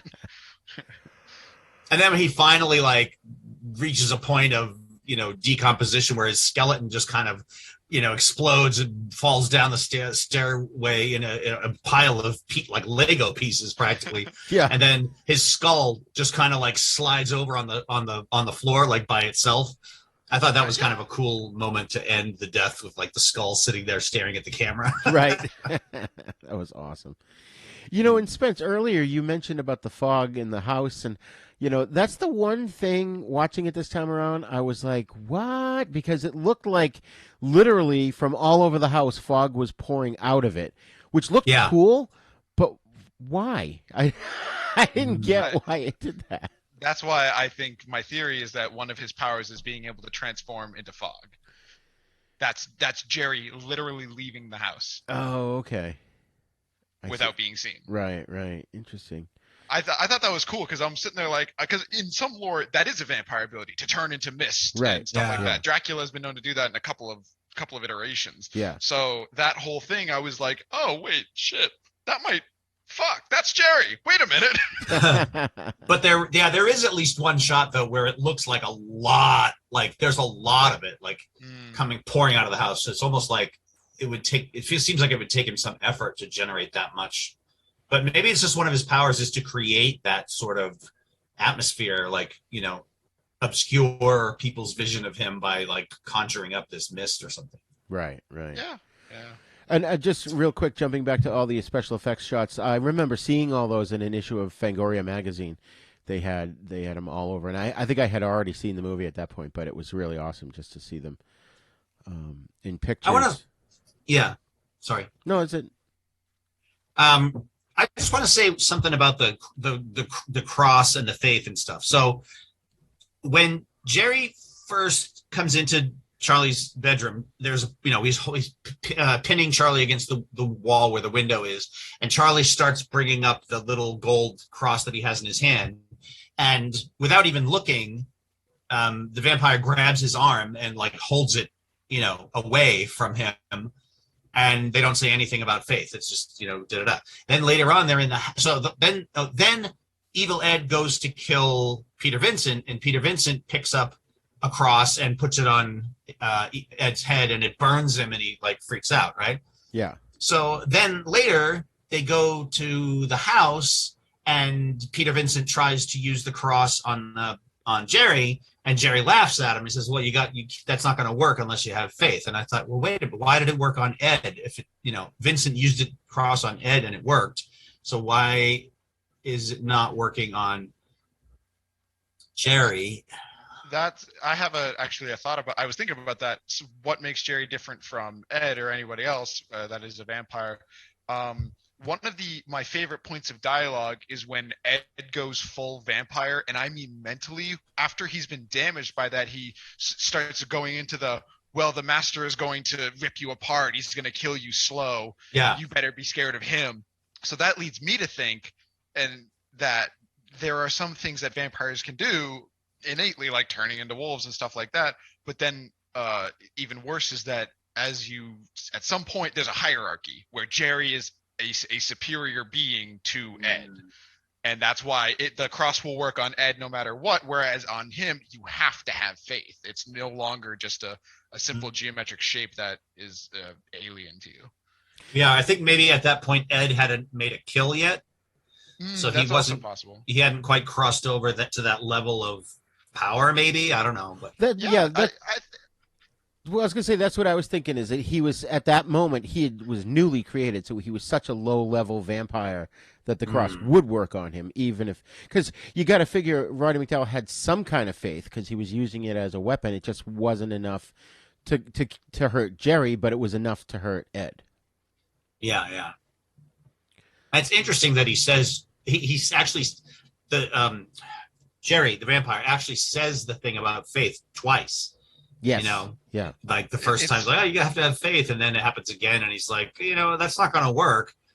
You got to have faith. And I really think that's actually you could almost infer that that's actually a phrase that he's heard before himself and not just said to people, and it's almost like one of those phrases that you hear like how do I phrase this? It's like a trigger for him of like, I have to kick into high gear of my survival is at stake here. You have to have faith for it to work on me is also a matter of him being like, if you don't get faith, I will kill you, and that is how I will survive. Right. It's almost panic. And isn't it like both? It's like with Vincent, it seems like his resolve, his faith increases at a certain point because the vampire starts to come toward him and then sort of stops. But then with Charlie, it seemed like he had stronger faith, and then it sort of faltered at a certain point. Or am I remembering it wrong? No, you're absolutely right. Charlie definitely was shown to have a lot stronger of the faith in the system, and I think that's really cool because he's the one who's been believing in vampires from the very beginning of the whole flick. And something in a later iteration of vampires, in the Vampire the Masquerade the game, there's a whole game mechanic based around the concept of true faith, and it's something you have to avoid.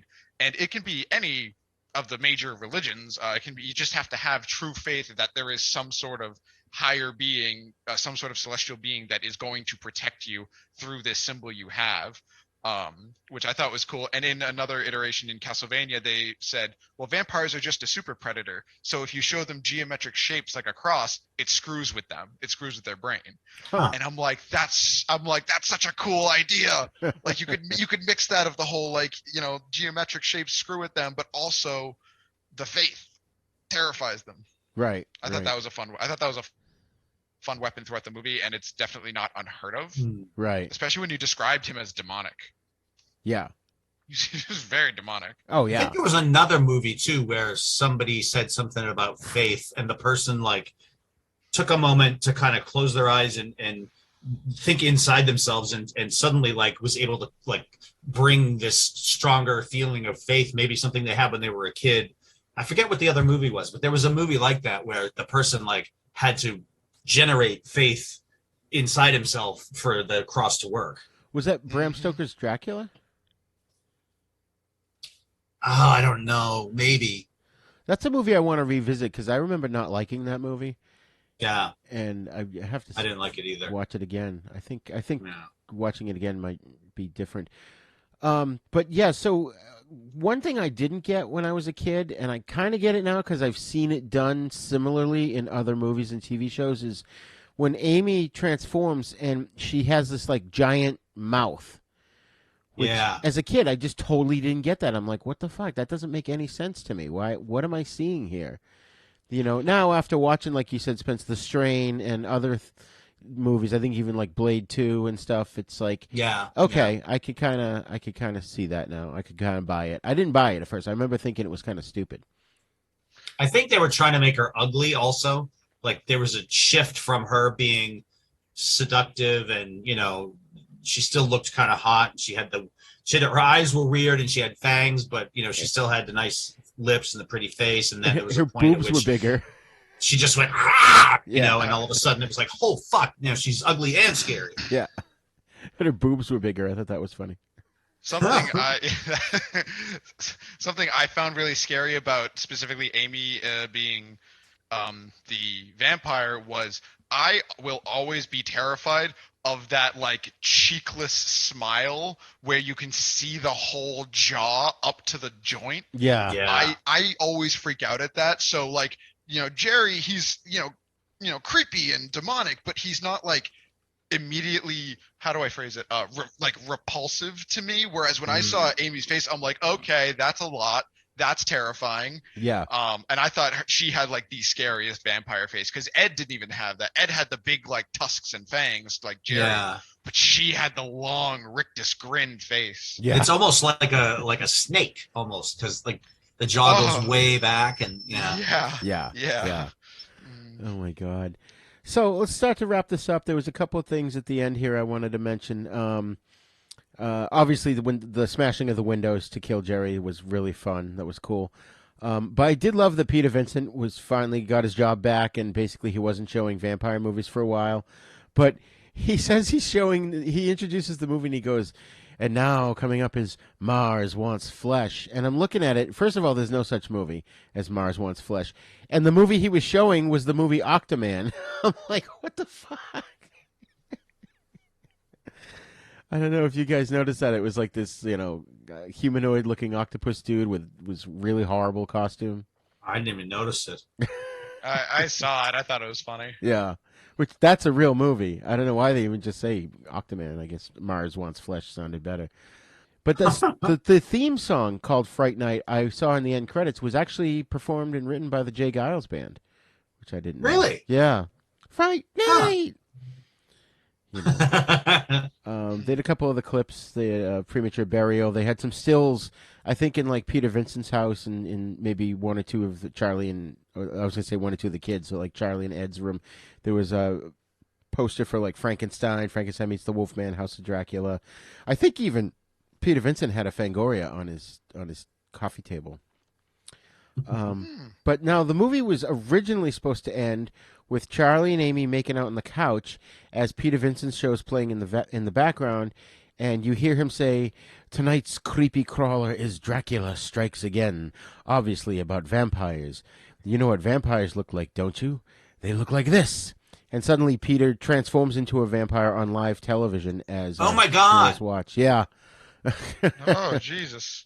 That would have been just like the Howling. I was just going to say that, yeah. Yeah. Mommy, the weather lady's turning into a werewolf. Or the news lady. All right, so final thoughts on this film. You started it, My-Kill. Why don't you go? Final thoughts is I think I've seen it 7 or 8 times in my life, and every time I love it more. It's like I just think it's really well done. And again, the fact that the writer and the director is the same person, and yet the movie is not overly self-indulgent, or you don't have to roll your eyes and go, oh well, okay, I guess I'll let that go. It's pretty tight progression of story and the effects and the acting, and it all comes together. It's great. Actually, I enjoyed it more last night, knowing we were going to talk about it. I was like really focused on it, and in the past there were certain characters that I was like, oh, I hate this part, the character's stupid. But when I was watching it this time, it's great. I love it. I still love it. I'll probably watch it 8 more times in my life before I die. And would you recommend this to people who maybe don't know anything about horror movies but might want to get into them? Yeah. Definitely. I would say just be, even though the effects are not like state of the art anymore, be prepared for a couple of goopy, splattery endings toward the end. But if you can handle that kind of special effects stuff, the most of the movie is not that gory, really at all. So it's very cool. Yeah, I would recommend it to somebody who's, I don't know if I would want that to be their first vampire movie, but maybe, why not? It includes a lot of the typical vampire characteristics and tropes and whatnot. Nice. Spence? I love this movie. I think it's a fantastic vampire movie. It's a fun movie. It's an enjoyable flick overall. The body horror with some of the deaths, I think, is phenomenal and really gives these two sides of the same coin when it comes to this movie. There's this fun, oh no, I need to fight this vampire, versus, oh my God, this thing's actually dying in front of me. So I thought that was really good. The acting was phenomenal. Roddy McDowell really sold the show. And yeah, that's really it. It's a good horror movie, and I think people my age, to some extent, may be a little annoyed that it's all practical, but I think the fact that it's all practical actually works in favor of the movie, and I recommend it to anybody my age who's interested in it, Awesome. or horror at all. I actually am going to ask my film major friends if they've seen this movie. Nice. get a good conversation going about it. Yeah, I love this movie. I saw it in the theaters. It's one of my favorites. It's got all the elements of a good horror film. There's so many nods to the Hammer films of the 50s and 60s. I fucking love Roddy McDowell in this. I was just so happy to revisit this. I'm glad we picked this one. You know, it's one of these films I've seen so many times I can actually probably recite most of the dialogue. But one thing I love about it too is that it still holds up, even though it's 80s and you've got the 80s disco and some of the 80s styles. It's not dated. It's like I didn't even really notice the styles all that much. I kind of had to actively think about it when at a few moments because, like, I mean, obviously there's no cell phone, no computers, that sort of thing, but. It just holds up well. I think it was just as awesome as when I first saw it. Maybe even more so because now we've been able to sort of break down some of the themes and stuff in it. So, all right, folks. Oh, sorry. Did you have something else? No, I was just saying, yeah. Oh. Yeah. Okay, folks. So we are going to take a break, and then next up is the 2011 remake of Fright Night, starring Anton Yelchin and Colin Farrell. Are you a lifelong fan of General Hospital?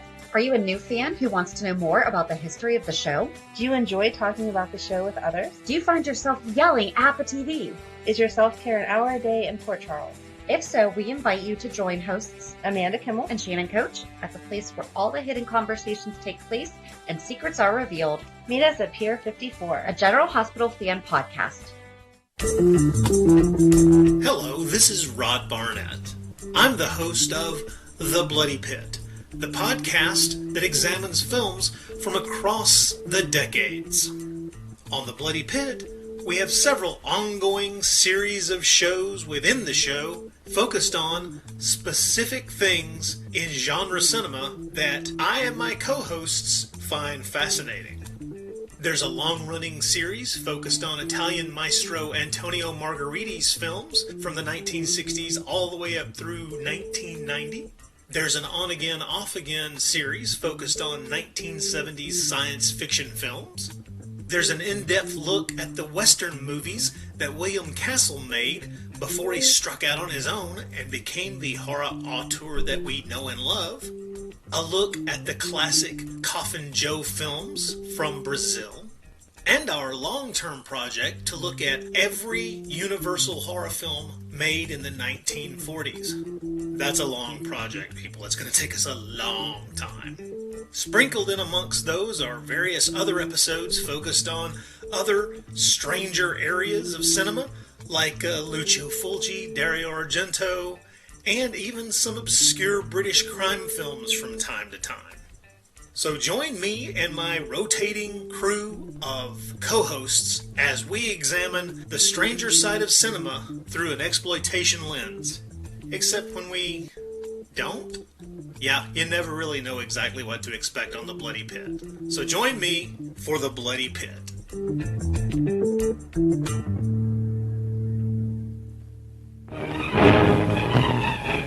Prepare for a spine-tingling, nerve-shattering podcast featuring all your favorite monsters. You won't believe your ears when you listen to Monster Kid Radio. Hear your host, Derek M. Cook, and his ever-rotating stable of guests discuss your favorite classic and sometimes not-so-classic monster movies. Subscribe to Monster Kid Radio through iTunes or Stitcher, or visit monsterkidradio.net before the next weekly episode of Monster Kid Radio. Go through the archives for interviews with Sarah Karloff, Victoria Price, and Joel Hodgson. Listen to the discussions about movies like Creature from the Black Lagoon, Island of Terror, and King Kong.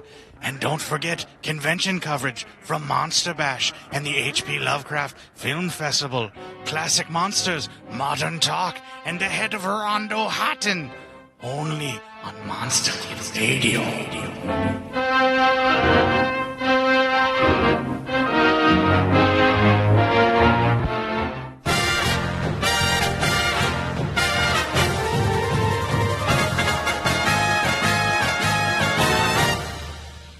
Shark Bites Podcast. It's the greatest show in history. From the Dorkening Network, hosted by a nerd who's named Patsy. From movie reviews to tips on surviving the coronavirus, Shark Bites has it all. Follow us on Facebook and suggest topics at sharkbitespod@gmail.com. Available on iTunes, Stitcher, Spotify, and wherever you get your favorite podcasts.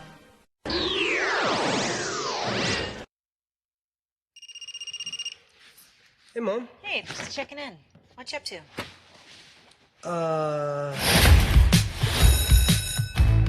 Adam Johnson. Adam? You know Adam's missing, right? Right, kids aren't coming to school. It happens all the time. I don't know if you were paying attention to roll call, but he's not the only one that's gone. You're nuts. This is my son, Charlie, and his girlfriend. Hi. So Jerry is our new neighbor. Hey. Hey. Now listen to me. We graphed up all the disappearances. That's you right there in the center next to his house. I really hate to be the one to tell you this, but that guy, your neighbor? Jerry. Yeah, he's a vampire. That is a terrible vampire name. Jerry?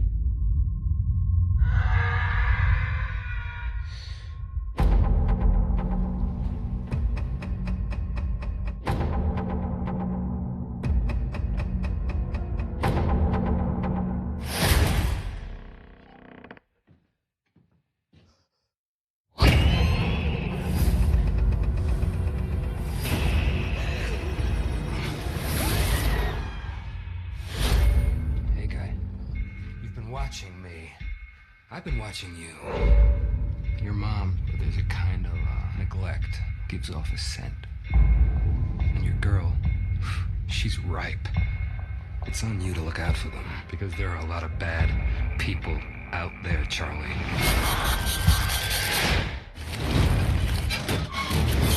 What's that?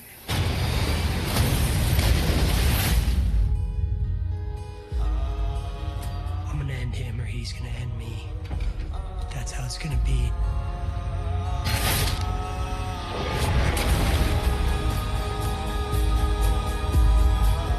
Charlie's gonna find me. I'm counting on it.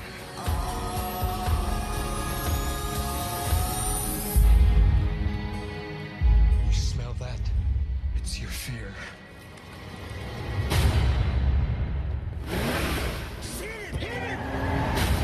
Did I kill him? Hopefully.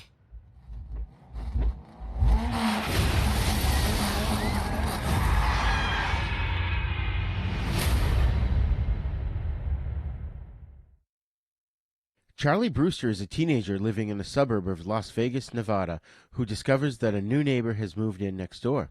Charlie's old best friend, Edward Evil Ed Lee, informs him that many students have gone missing, including their other childhood friend, Adam Johnson. When Charlie goes home after school, his mother, Jane, introduces him to Jerry Dandridge, their new neighbor. Fed up and angry with Ed after he claims that Jerry's a vampire, Charlie tells him that he's crazy and he does not want to be friends anymore. On his way home, Ed is confronted by Jerry, who claims that he's been watching Ed, and he's been aware of Ed watching him. Jerry soon chases Ed into a nearby pool and convinces him into believing that his life would be much better if he were a vampire. Ed succumbs and willingly allows Jerry to bite him. The next day, Charlie realizes that Ed is missing and decides to investigate, starting to believe Ed's claims. Looking at Ed's computer, Charlie discovers video recordings of objects moving on their own, with Ed's voiceover revealing that he is recording Jerry to prove that his reflection does not show up in recordings. As Jerry begins to attack more people throughout the neighborhood, Charlie sneaks into Jerry's house and finds out that he keeps his victims in secret rooms.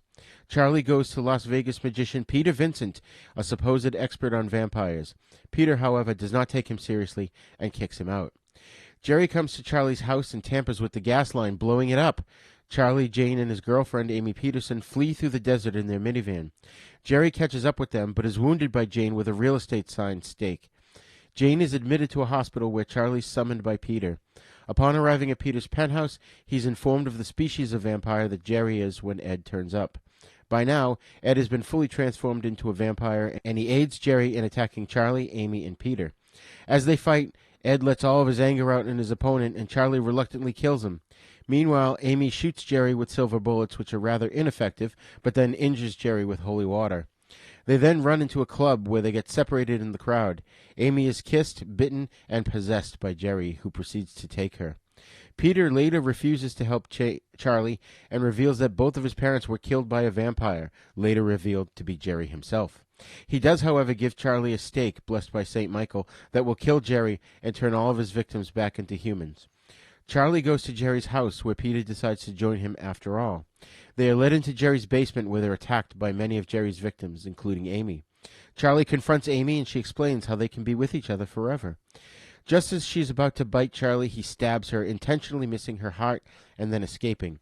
Meanwhile, Peter's ambushed by Jerry and many of his victims. Peter's able to kill a few before his weapon backfires. Charlie returns to the basement only to see Peter being fed on by the remaining vampires. He decides to shoot holes in the ceiling from which sunlight shines in and kills them. The patch of sunlight guards both Charlie and Peter from the vampires who had not been destroyed. Jerry appears, explaining that Charlie's quest is in fact over. Charlie, having outfitted himself in a flame-retardant suit, has Peter light him on fire and tackles Jerry just as Amy is feeding on him. A struggle between the two ensues while the other vampires watch. Peter assists him by shooting another hole in the ceiling to allow more sunlight in. This burns Jerry, and Peter tosses Charlie the blessed steak he had dropped. Charlie quickly stabs Jerry in his exposed heart, killing him and returning his victims to their human form. Afterwards, Charlie's mother recovers in the hospital and goes to shop for a new house as Charlie and Amy have sex in Peter's penthouse. So, first impressions. Spence, you go this time. I was pleasantly surprised by this movie. I'd never have high expectations for a remake, but I thought this movie was very, very well done. A very, very fun horror movie, and all around just a really, really good watch if you're just in the mood for a very, I don't want to say superficial, but not so deep horror movie. Was this the first time you saw it? Yes, I had only seen it once, and it was today. Oh, okay. Wow. My-Kill? I liked the movie overall. I thought the reinterpretation of Peter Vincent was good. I don't know if I would have enjoyed it quite as much had it not been David Tennant playing the role, because I love David Tennant. But anyway, overall, my biggest thing was that I just love Chris Sarandon in the original so much. And I felt like even though the movie has its strengths, I felt Colin Farrell just couldn't hold a candle to Chris Sarandon's performance. And so the vampire himself sort of let me down, but the movie overall was not bad. Interesting. Now, I had this, I saw it when it was first on video, Spence. I thought you watched it with me because I watched it. I remember watching it in the barn when we had the movie set up, the theater set up in your barn there. But yeah, when it first came out on video, I watched it, and I really didn't want to see it. When I heard that Peter Vincent wasn't going to be a TV horror host, I was pissed. And I kind of went in almost kicking and screaming. I think the only reason I did give it a chance was because David Tennant was in it. I've never been a big Colin Farrell fan, and I've never actually been any kind of Colin Farrell fan. So that was two things against it. I have to admit, walking into it, I did not want to like it. But I seem to remember thinking that when I did see it, it was just okay when I first saw it. I didn't hate it as I thought I was going to hate it. And then I did rewatch it the other day. I liked it better than the first time I watched it. I think enough time had passed, I kind of got over my initial hang-ups. It's a pretty decent vampire film, but my argument is we already have the original, so we really don't need this one. I mean, they should have just done something completely different and not called it Fright Night. I don't feel like I ever need to watch it again. I mean, maybe if it comes up, and we're having a drinking party and do an MST3K, I might watch it. But, like you said, My-Kill, David Tennant was great, but he was not as good as Roddy McDowell. No, I mean, totally different iteration, yeah. What pissed me off was all they had to do was have him be like Svengoolie is now. He would be the last nationally syndicated horror host, and all you have to do is explain in 2 lines of dialogue what a horror host is. And, that would actually be a cool subplot that could have gotten modern audiences into looking up what horror hosts are. Because there still are a bunch out there now. They're all online and stuff, but they were inspired by, previous horror hosts from the 60s, 70s, and 80s. And I feel like that's an aspect of the movie that's kind of gone. that didn't have it all. I had actually forgotten pretty much all of this film. The only thing I remembered was that there was a chase on the highway, and I remember visually how it looked, but I didn't remember any of the events of what happened. So it was kind of like watching it fresh this time around. And it was a decent monster movie, decent vampire movie, but it doesn't hold a candle to the original. So at least in my opinion. And the special effects were kind of so. Yeah. Like, even though they were computer generated, they looked kind of crappy in some shots. And that's the thing, like we were talking about the practical effects in the original film, even though they look different from, well, all right, let me put it to you this way. Roger Ebert once said about the difference between stop motion animation and computer animation is that stop motion looks fake but feels real. Computer generated stuff looks real but feels fake. And I think that's true in this film here, is that, it worked for what it needed to do, but it could have been, like some of these modern filmmakers nowadays, they're doing a mix. Like in the prequel to The Thing, Spence, you and I watched that, it was mainly practical effects, but they would enhance it with the computer effects. They would fill in gaps. Or even like in Jurassic Park, I think Spielberg, you had the top of the T-Rex was mechanical, the bottom was mechanical, but then they kind of connected them with computer effects. Yeah. That's a good idea, is to blend them rather than just do one or the other. Use them, right. Use the strengths of both. Yeah, this was also, at the time, you have to remember, this is 2011. This is like at the advent of when computer generated effects were being made. So this has the same vibe to me as the 1991 Power Rangers movie, where the CGI doesn't really age all that well. Right. This movie, when I was watching it, I also had completely forgotten, and I only had to infer it. I think it was made in 3D. Yes, I think you're right.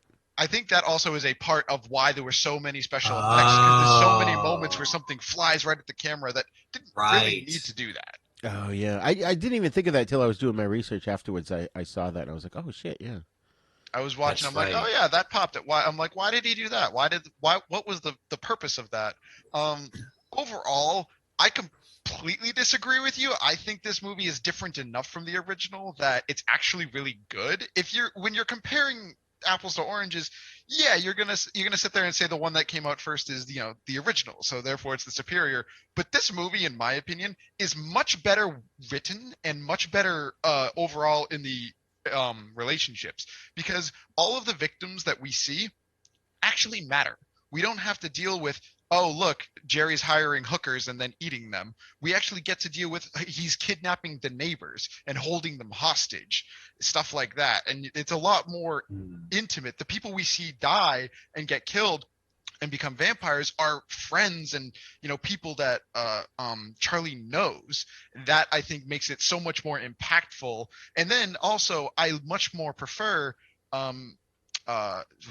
Peter Vincent's how do I say this? I much prefer his stake in the matter, for lack of a better term, because it was a lot more personal for him. I didn't necessarily see the need to make sure it was Jerry that killed his parents, but I thought that was a neat little trick that they didn't really harp on.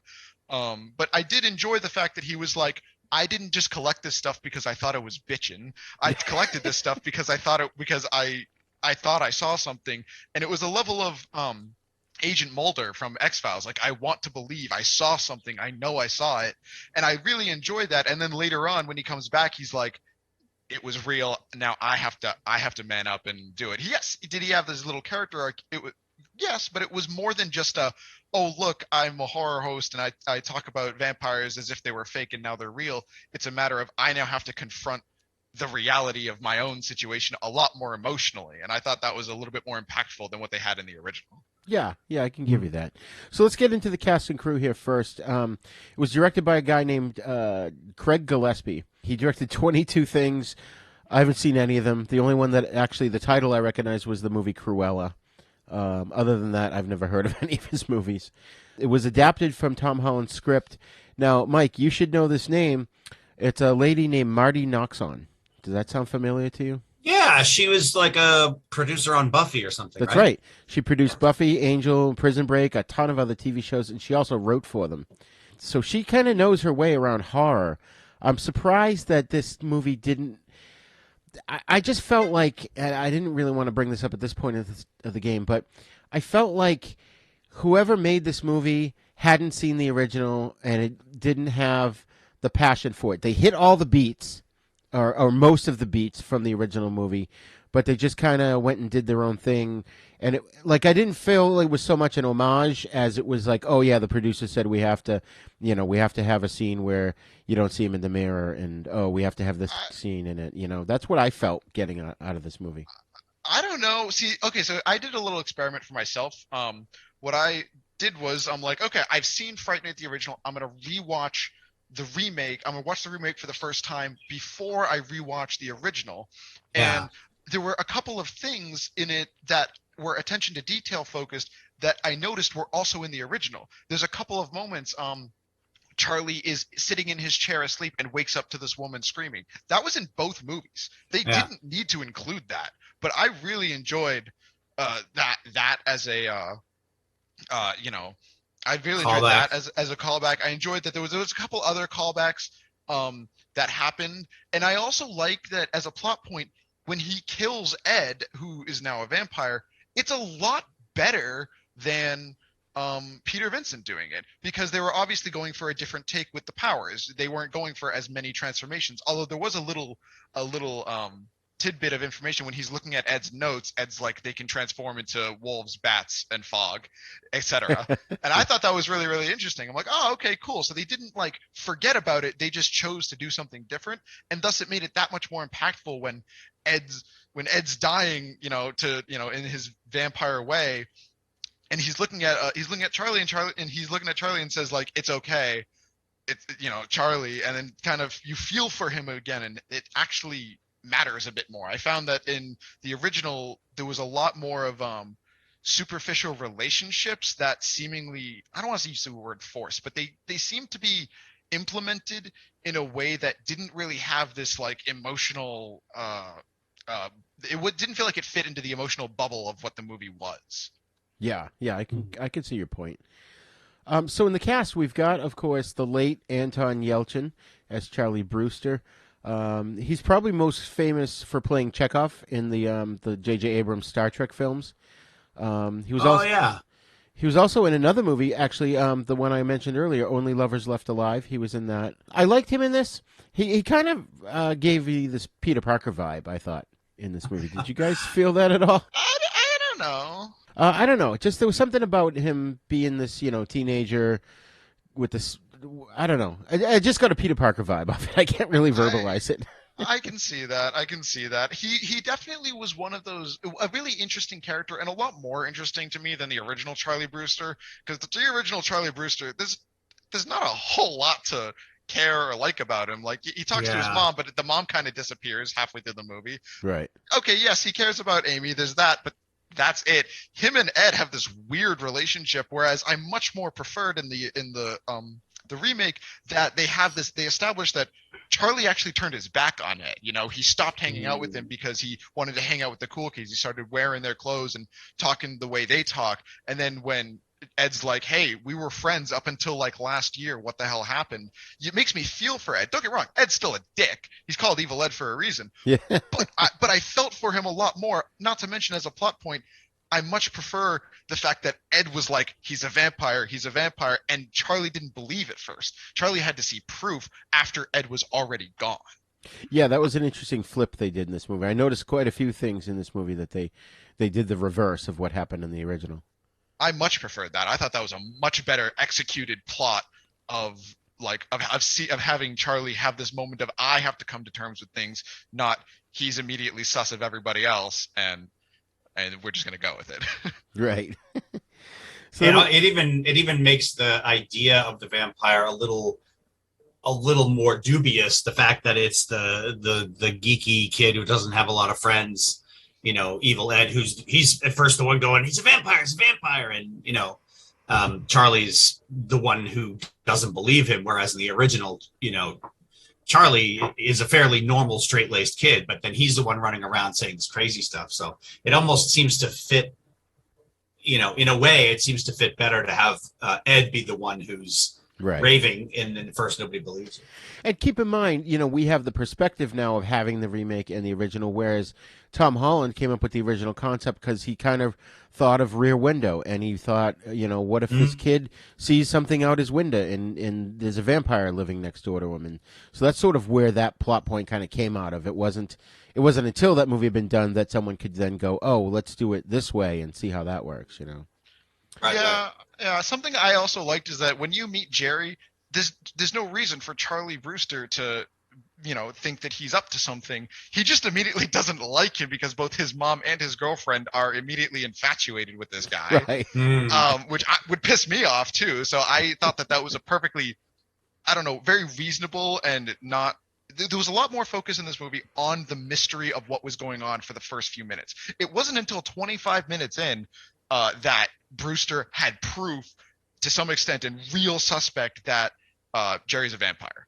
Right. I thought that was a much more interesting thing to watch than when I watched the original. I was like, okay, cool. And within like the first 5 minutes, Charlie was like, I think he's a vampire. I'm like, okay. Really? That's funny.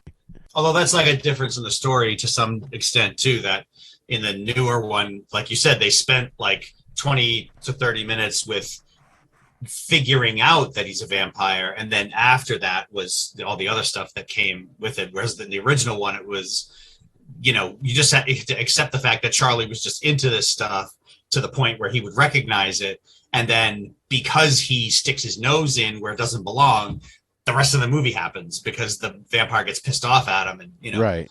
Yeah. Now we got Colin Farrell, obviously playing Jerry. Like I said before, I never really liked Colin Farrell. I can't stand his freaking caterpillar eyebrows. They always bother me. He's not a bad actor. He just doesn't stand out. No. Yeah, exactly. He was in the remake of Total Recall. He was in that movie Phone Booth, which actually that wasn't a bad movie. Where the guy was a like, decent movie. Yeah, trapped in the phone booth by, I forget, bad guys. He was in the Batman. He was the Penguin. What? Oh, that's right. I forgot about that. Well, hold on. Yes. I'm about to fact check you. Wait a minute. No, it's absolutely. Colin Farrell has a shit ton of makeup on. He's the Penguin in the Batman, the one that just came out. Oh my God! Yeah. I have immediately just gained a love for this guy. Wow, that's crazy. Funny. I remember seeing that in the end credits of the Batman. I forgot about that. That's crazy. That just shook me to my core. I could see your point where his acting was a little more lackluster, but when I was watching it, I was definitely immediately realizing that and when I had watched the original afterwards, I immediately realized they were going for something different. He's not the same Jerry Dandridge as the one before. He's not aristocratic. He's right. We first see him. He's working like on his like garden or something. Like he's immediately working the land. He's meant to be this like low key, down to earth guy. He's asking Charlie for beer and stuff like that. He's definitely not the same person as the other one. So I can see your point, but at the same time, I found his nonchalance much scarier when he's like, look at him, it's fine. I'm like, they just spent like an hour running from you. Right. It felt like it was really meant to be an implicit threat. Yeah. I thought that was enjoyable and decently executed. Colin Farrell, just to continue, who was also in the movie versions of the TV shows SWAT and Miami Vice. Mm-hmm. And then he played Bullseye in the Batfleck film Daredevil. I'm sorry, the Ben Affleck film Daredevil. Right, that's right. Oh, really? Interesting. So, I like it. That's a movie I hated. Irish accent. Yeah. It's a movie I hated, but I wouldn't mind revisiting it, maybe just to make fun of it. I'd like to watch it. I saw an end clip of it, and I was like, it's pretty cool. Yeah. I thought I heard there was a director's cut out there somewhere. There is. Yeah, that might be worth seeing. I'm trying to remember if I actually saw it or not. I think now that I've completely forgotten, but now that you mention it, I may have seen the director's cut and liked it a lot better than the original or whatever, the theatrical version. This tends to happen. We've got another guy here, Christopher Mintz-Plasse, who played Evil Ed. Now, I recognize him right off the bat as the villain from the Kick-Ass movies. Yes. But that's right. That's where I saw him from. Yeah. Beyond that, I don't know any of his movies. I didn't recognize any. He was also McLovin in. He played a character called McLovin Well, he had made a fake name he made a fake ID for himself, and the name he put on the fake ID was McLovin. It was in some. What's the name of the movie? Was it Superbad? Yeah, I think so. Yeah. Okay, I never saw that. Yeah, I've heard that was good. Yeah, I just like shit. I can't think of his name either. Anyway, go ahead. Is it Jonah Hill, right? Jonah Hill. Yeah, I like him. him. Yeah. He's funny. I really thought he did a fantastic job. Considering Evil Ed got a lot less screen time in this movie, I thought that scenes he was in, it was very enjoyable because both his lines and his demeanor very clearly expressed the relationship him and Charlie had, and I thought that was like kind of key because we were really following Charlie this whole time. So I loved his performance, and not to mention, I like the level of, I don't want to say self-awareness, but there's a couple of moments where he's like, bro, I can smell you. This is crazy, as he's hunting him. And I'm like, that is exactly something I would say if that had happened to me. Right. And then also when he gets like his head like partially, cut off, he's, almost decapitated when he gets hit in the neck, and he's missing an arm. So he's now laying on top of Charlie trying to bite him, and he can't. And at one point he bites like 5 times, and he goes, fuck. And I thought that was the funniest thing. I'm like, that is such a good way to, I don't want to say humanize because he's not meant to be a human, but to show this character is a little bit more complex than just the plot point he's showing. Right. The issue I had was like Stephen Jeffries had a certain, like, his voice and the way he talked was very distinct and has a certain character to it. And when he goes, "Oh, Brewster, you're so cool," that's a memorable line. But when Christopher Mintz says it in this movie, he just goes, "Oh, Brewster, you're so cool." I'm like, really? That's how you're going to deliver the fucking line? But the problem is, my counter argument is that they were accomplishing 2 different things. One was making fun of him because he had just gotten slapped in the face with somebody else's food by his girlfriend. The other one was a line meant to show how deeply cut Brewster had hurt him. Okay. It's a very quick thing because he's immediately looking at his little like jock friend group behind him, like, "Oh, you're so cool, Brewster. You're wearing the shoes." That was something that they showed too. And I was like, as I'm 21, so I can kind of relate to these school scenarios and having different friend groups and stuff like that a lot more than I thought. I'm like, oh wow, that actually like kind of hurt. I'm like, geez, it sucks when your friend like abandons you for somebody else. I didn't get what the whole thing was up was. I didn't get what was up with the whole thing about his shoes being puce. I thought the color was fine. I didn't have a problem with it. I didn't really even know what that word meant. I didn't know that was the color until just now. So thank you for that. That's hilarious. But I thought it was the brand, but I still will, hold on to my argument that his shoes were a sort of a symbolism of him now being part of this new friend group and not being that nerd anymore. Because that's actually a thing. Like in 2011, that actually makes perfect sense. That was when like sneakers really became a massive status symbol for a lot of people. Yeah. So I think and that puce is such an obscure random color, it really is. So to get something that specific is like, it's not just like blue or red or right puce. I thought that was I just love that Jerry recognized it. He's like, "Oh, puce, it looks good on you." That was really good.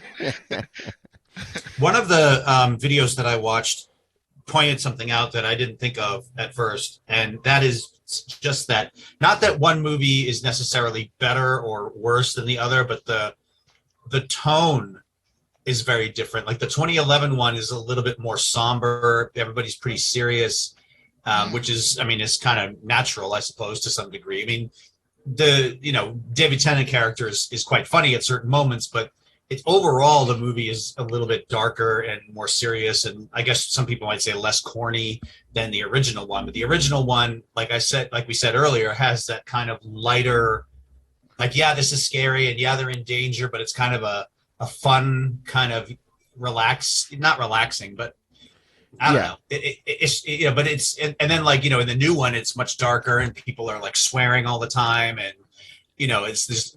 All the characters have kind of a little bit more of a grim mindset toward life, which may just be indicative of the generation or something. No, I to some extent agree, but with that point. But there's also just as a stylistic choice, I kind of enjoyed every time there was like an action sequence or an intense sequence, a thrilling sequence. When that wasn't happening, we were watching Charlie really start to lose it a little bit. He looks like he was up all night. His room's covered in crosses. So we don't really get a break from the taking the vampire thing seriously moment, where we get a break with Peter Vincent. We get a break with, actually talking to Jerry in his own home with Billy there, and stuff like that. So I agree with you that they didn't do that, but I also think it added to the movie instead of taking away, and since it was so different.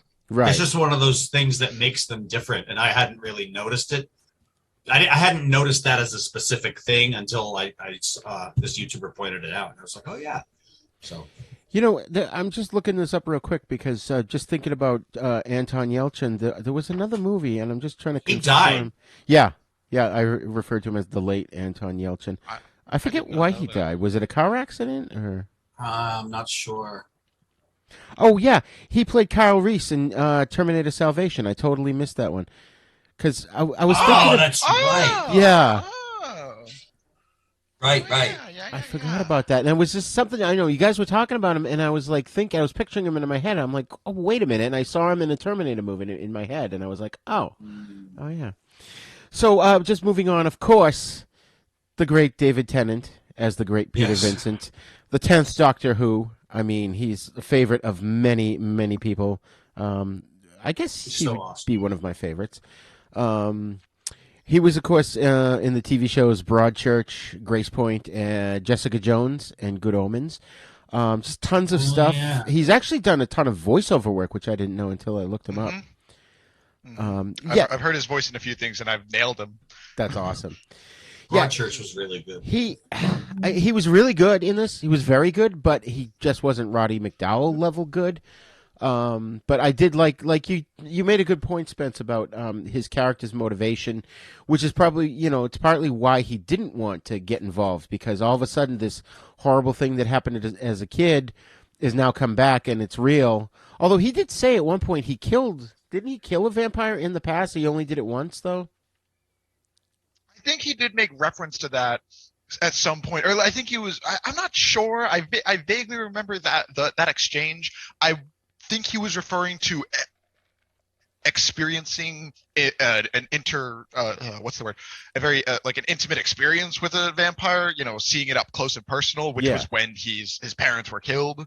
Right. I think that's kind of what he was referring to, because he does make a point of saying the only reason I survived is because I hid. Oh, right. That's right. I'm like, that's actually a good argument of why you should not fight a vampire. But I do agree. Like, that was a good motivation for his character to then become an expert on vampires. And then, of course, he incorporates it into his magic show as an adult, and, that's kind of cool. But he had real fucking holy water in a glass case in his thing. He had real silver bullets. He knew the shit was out there. He just didn't go seeking it out. He wasn't a quote-unquote vampire hunter, per se. I feel like he, except for the name Peter Vincent, they were two completely different characters. Yeah, I agree. Yeah. Like, there's almost no, the other one's you can sort of tell that this is a Jerry, and the one movie is a different version of the other Jerry. They have differences, but it's the same character, blah, blah, blah. But with Peter Vincent, I mean, they just totally revamped him and made him completely different. And go ahead. I was going to say, it's a very funny misdirect if you don't know who David Tennant is, because they actually don't show his name in the beginning credits. I was like, I remember watching this movie, I'm like, I thought David Tennant was in this. Like, I remember being a kid thinking, oh yeah, David Tennant's in it. That's why I was like semi-interested. And I'm like, oh, maybe I'm wrong. And then I hear him talking in the first scene, and I'm like, oh, yes, it is him. And then I'm thinking to myself, it's a funny misdirect if you have no idea what David Tennant looks like normally. Yeah. When he pulls the mustache off, pulls the beard off, pulls the hair off. And I'm like, that probably threw some people off. It's funny. I was just thinking about that too, that whole sequence. And even I'm watching him take the beard off and the wig and everything, but he's got the tattoos on his neck. And I'm like, oh, well, tattoos must be real. And then he wipes them off. And it's just, I wonder if there's a theme there where, I don't know how to verbalize it, but it's it's showing that we all wear these masks that we present to the world, but then when we're relaxed and we're comfortable, we take the mask off. You know, he takes the beard and mustache. Like that's just a character he plays, the vampire killer. He's not really the vampire killer, you know? Something I thought was a good point that I just thought of is the fact that he actually never claims in the remake to be a vampire hunter. He claims to be an expert on vampires, implying he has hunted them, but that Roddy McDowell's character is specifically a vampire slayer. He goes after them. He takes the fight to them. Whereas he's more of a vampire scholar in this one. Right. Like he knew everything, but he didn't do everything. You know, and that's something about the original that I thought of, I meant to bring up and I forgot, was Peter Vincent in that movie, he's down on his luck. He's got fired. He's getting evicted. He can barely pay his bills, you know, and it's a real, that's another dimension to the character that I liked, is that he is struggling through life. So when this kid comes from out of nowhere and says, you need to help me kill my neighbor, he's like, what the fuck? I got more important fish to fry, you know? Yeah. And the whole reason he helps them at all in the first place is for the $500 bond that the what's her doodle offers Amy, him. yeah, exactly. Amy. But then that's probably why they said in the I almost said sequel, in the remake, they probably thought, well, we need another reason for Peter Vincent to give a shit and to even like want to get involved at all. That's a good point. Yeah, you know, he's making good money, so we got to come up with something else.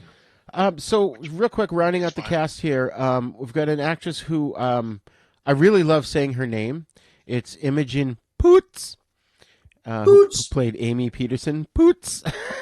Poots. Poots. I can't say it any other way. She played Amy. She was in 28 Weeks Later. She was also in the remake of the horror film Black Christmas, and she was in V for Vendetta. I don't know who she played in any of those, and beyond that, I have no idea the stuff she was in. V for Vendetta. Yeah, I'm not sure who she played in that. But then Toni Collette played Jane Brewster. I think, you know, I never used I think I'm sorry. I think she was one of the lesbian women who was. Remember, there's a whole sequence in V for Vendetta when he was talking about the woman that was in prison in the cell next to him. Oh, and they were writing back and forth. She was telling the story about how she fell in love with this other woman, and then they eventually came after them. And right. Okay. I think she was one of those women. That's probably her. Yeah. So Toni Collette played the mother, Jane Brewster, and you know, I never used to think she was all that attractive, and I think she's gotten better with age. I think she's really cute in this movie.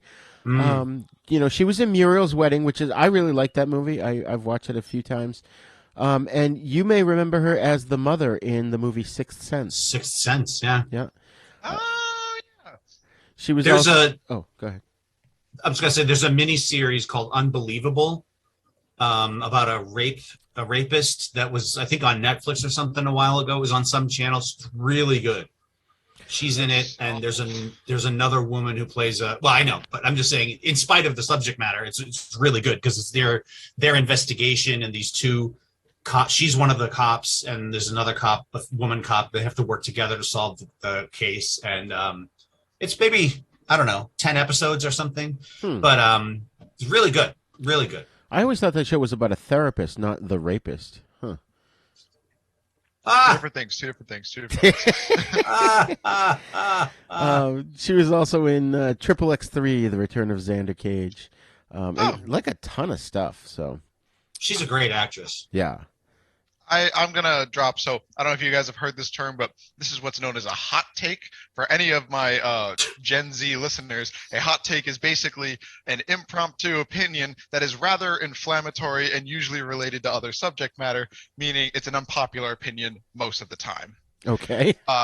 Right. I do not think that Amy in the original Fright Night is all that cute at all.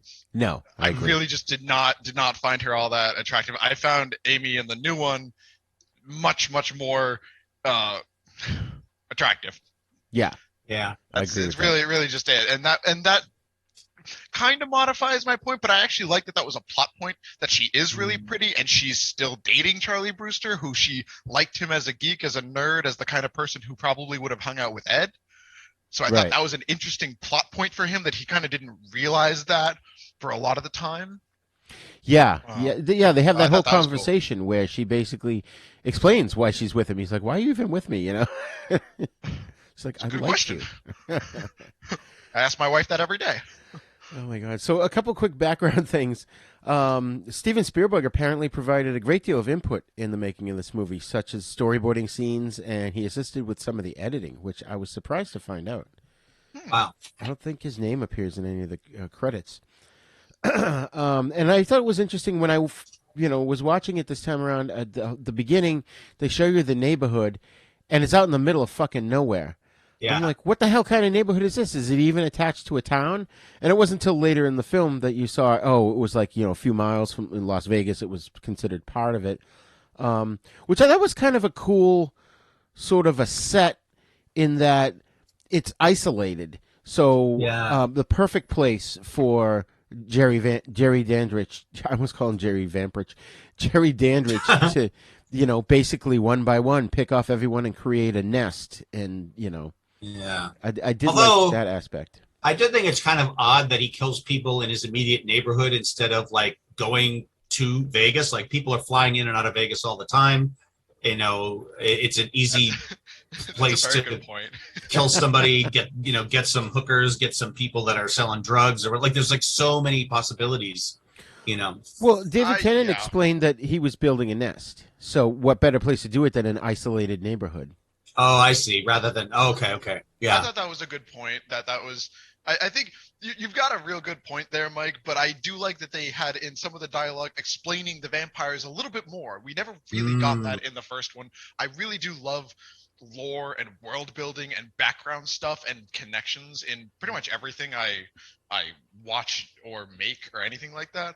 So when they give this little thing of they're a species from the Mediterranean, that sentence alone sent me over the moon, because I'm like, that is the coolest thing to like enhance my experience watching this. And then they go on like, he's probably replenishing his ranks and stuff like that. And that was actually something I noticed was Jerry Dandridge in the original kills a lot of people, as in drains them, dead, gone, bodies removed. Right. Jerry Dandridge in the new one, I don't think he actually killed anybody. He snacks on them. He eats. He does. But he turns them after a certain point. That when Doris died when they ran out in the sun, I was blown away. My jaw hit the floor. Oh my God, she blew up like a water balloon. That was awful. I jumped when that happened. I was like, "Whoa, what the fuck?" Yeah, they probably did that for the 3D, like you said. Definitely, but I thought Jerry killed her. I thought he ran out after them and killed them, and then I'm like, I saw all the ash. I'm like, oh my God, she was turning into a vampire. Holy shit. Yeah. Just getting back to the neighborhood thing. I was kind of curious where they had filmed it, and I guess they the principal photography of Charlie, Ed, and Jerry's houses in the neighborhood were in a place called Rio Rancho in New Mexico, which is a suburb northwest of Albuquerque. And the scenes of Peter Vincent on stage were shot at the National Hispanic Cultural Center in Albuquerque. And the scenes involving the Hard Rock Casino, Las Vegas, were actually shot in the now-defunct Hard Rock Casino in Isleta, New Mexico, with the Las Vegas sets as the backdrop. That's funny. Yeah. Damn, it was filmed in a Hard Rock Casino. Yeah. Good use for it, right? Nakatomi Building all over again. Vegas famously doesn't let people film pretty much anywhere in there. It's very difficult to do any filming there. Yeah. I was just thinking. I wonder how different the movie would have been, or a sequel would have been, if they discovered the vampire after he had been building the nest for like 3 decades. Like. Then they notice that somebody notices that there's something weird about him, and then by the time they discover him, it's like, holy shit, we don't just have to worry about him, Yeah. One thing I did like about this movie was the tension. I thought it was very tense throughout. It did keep me, it did hold my attention in that regard. But I couldn't figure out how they fit so many teepees into one story. You're too tense. Yeah. Both of them. I'm a teepee. I'm a wigwam. I'm a teepee. I'm a wigwam. I'm a wigwam. She says you're too tense. One thing I thought was funny. Did you guys notice that because the mother was complaining about the dumpster that Jerry had outside his building? What the hell was he filling it up with? I mean, obviously it must have been bodies or something because he wasn't doing any construction on the outside or the inside of the house. Pop, when did what was the climax of the movie? Where did that take place? I just watched it. Did they film it?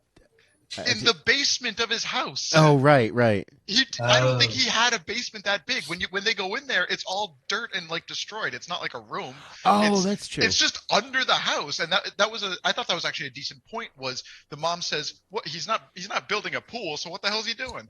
Right. Okay. I'm like, hey, yo, that's a good point. Why is he removing all of this concrete? Yeah, because there was like a hole in the wall or something. I don't know. Maybe he was going to tunnel to Vegas or. Because I'm not sure. There was a giant gap, and that's where the vampires were all hiding in. Unless it was like just one big coffin, you know? Yeah.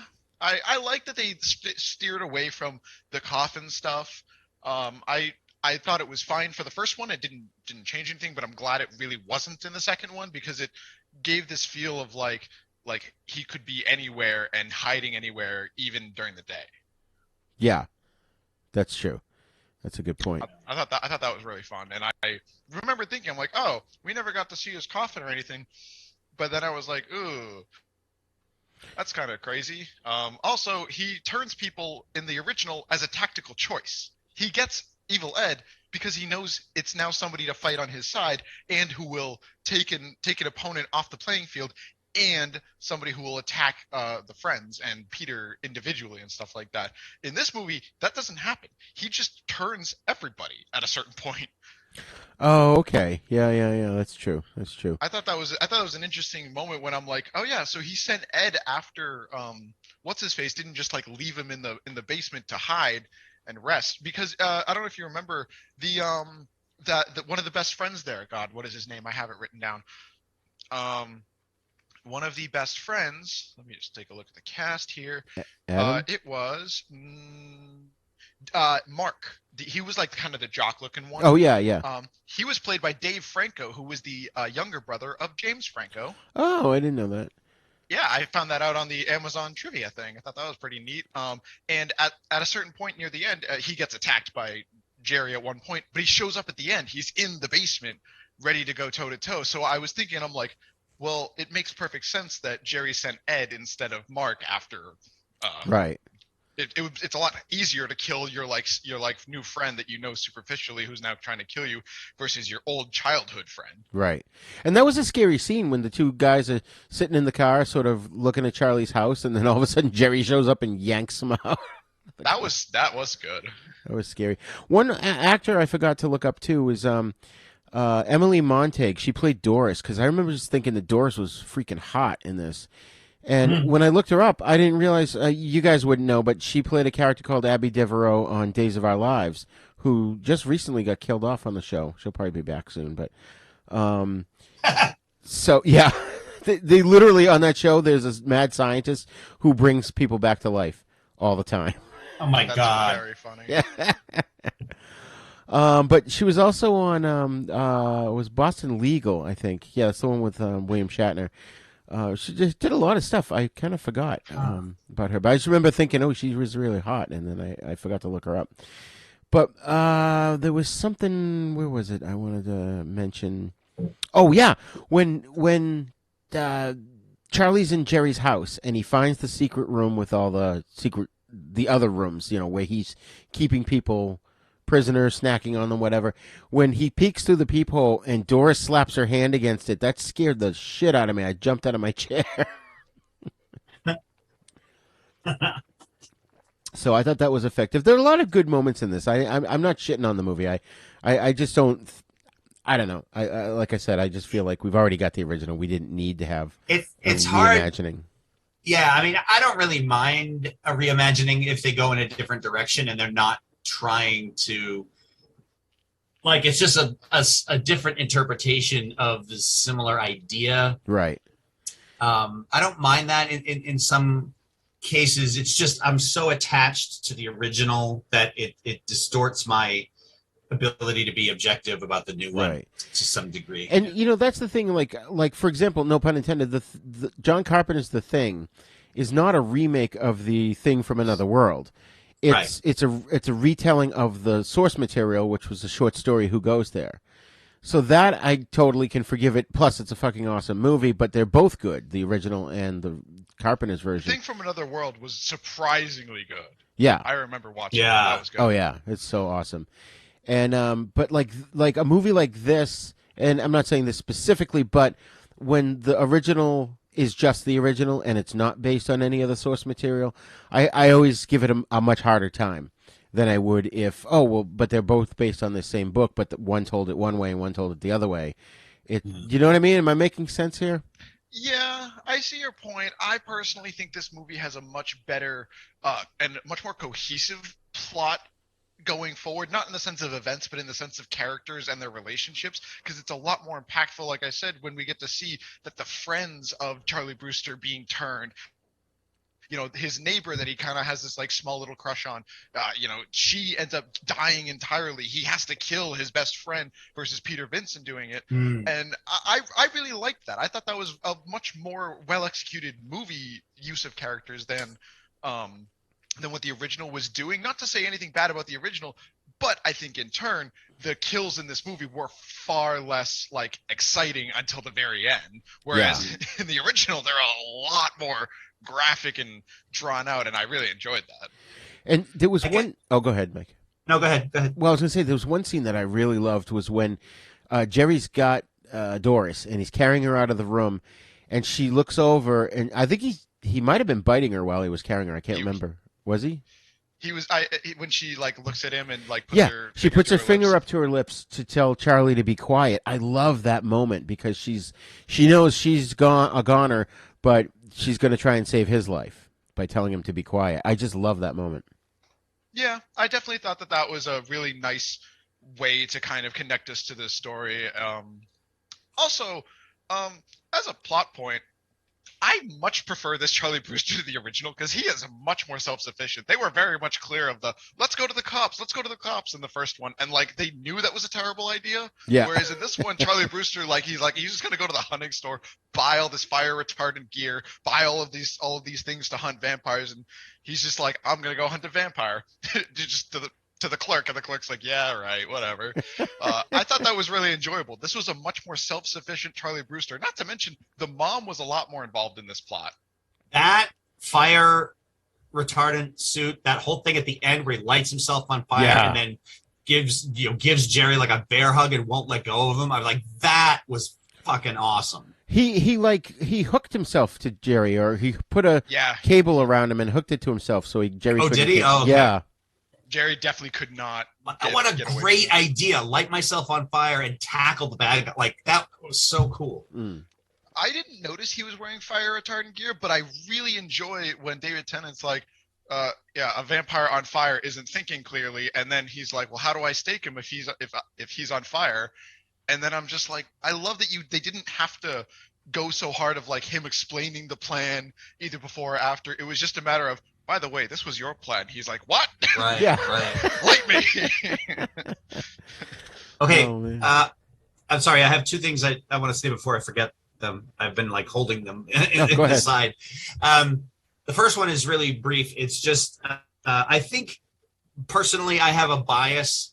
I think one of the things that I don't find that exciting about vampires is that they can turn people into vampires. Like I much prefer a monster movie where if the monster gets you, he kills you. And like that, to me, it's just my own thing. So I think that's another reason why I prefer a movie where people just die left and right rather than not left and right, but rather than, people being turned. And I mean, it's more interesting for them to be turned and to see how they struggle with that. But I don't know. For me, I'm kind of on the fence with vampires anyway. There's things about vampires I really like, and there's other stuff that just turns me off. But the other thing I was going to say is going back to, Raj, what you were saying about different versions of source material and stuff. So here's a question, Raj. Sure. We know that the 2011 movie is based on the 1985 movie, right? If, let's say, there had been the Fright Night story was written like as a book prior to 1980, and then in 85 they did one version of it, and then in 2011 they did another version of it, so that the second movie is not a remake of the movie, but a different take on the book? Like, would that change your perspective at all? Yeah, probably. In terms of the source? Yeah. It would all depend. It's like one of those things where, how do I describe this? So, like, all right, what's that movie? Not the Charles Band Puppet Master movies where the little dolls kill people, but the movie Puppet Masters with Donald Sutherland, where those aliens attach themselves to your spine, and control you.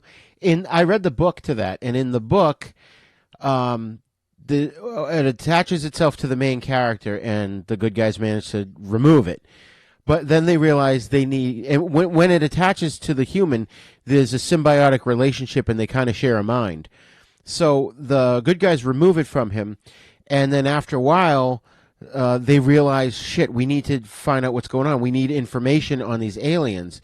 And so in the book, the character has to make this tough decision to let them put it back on him.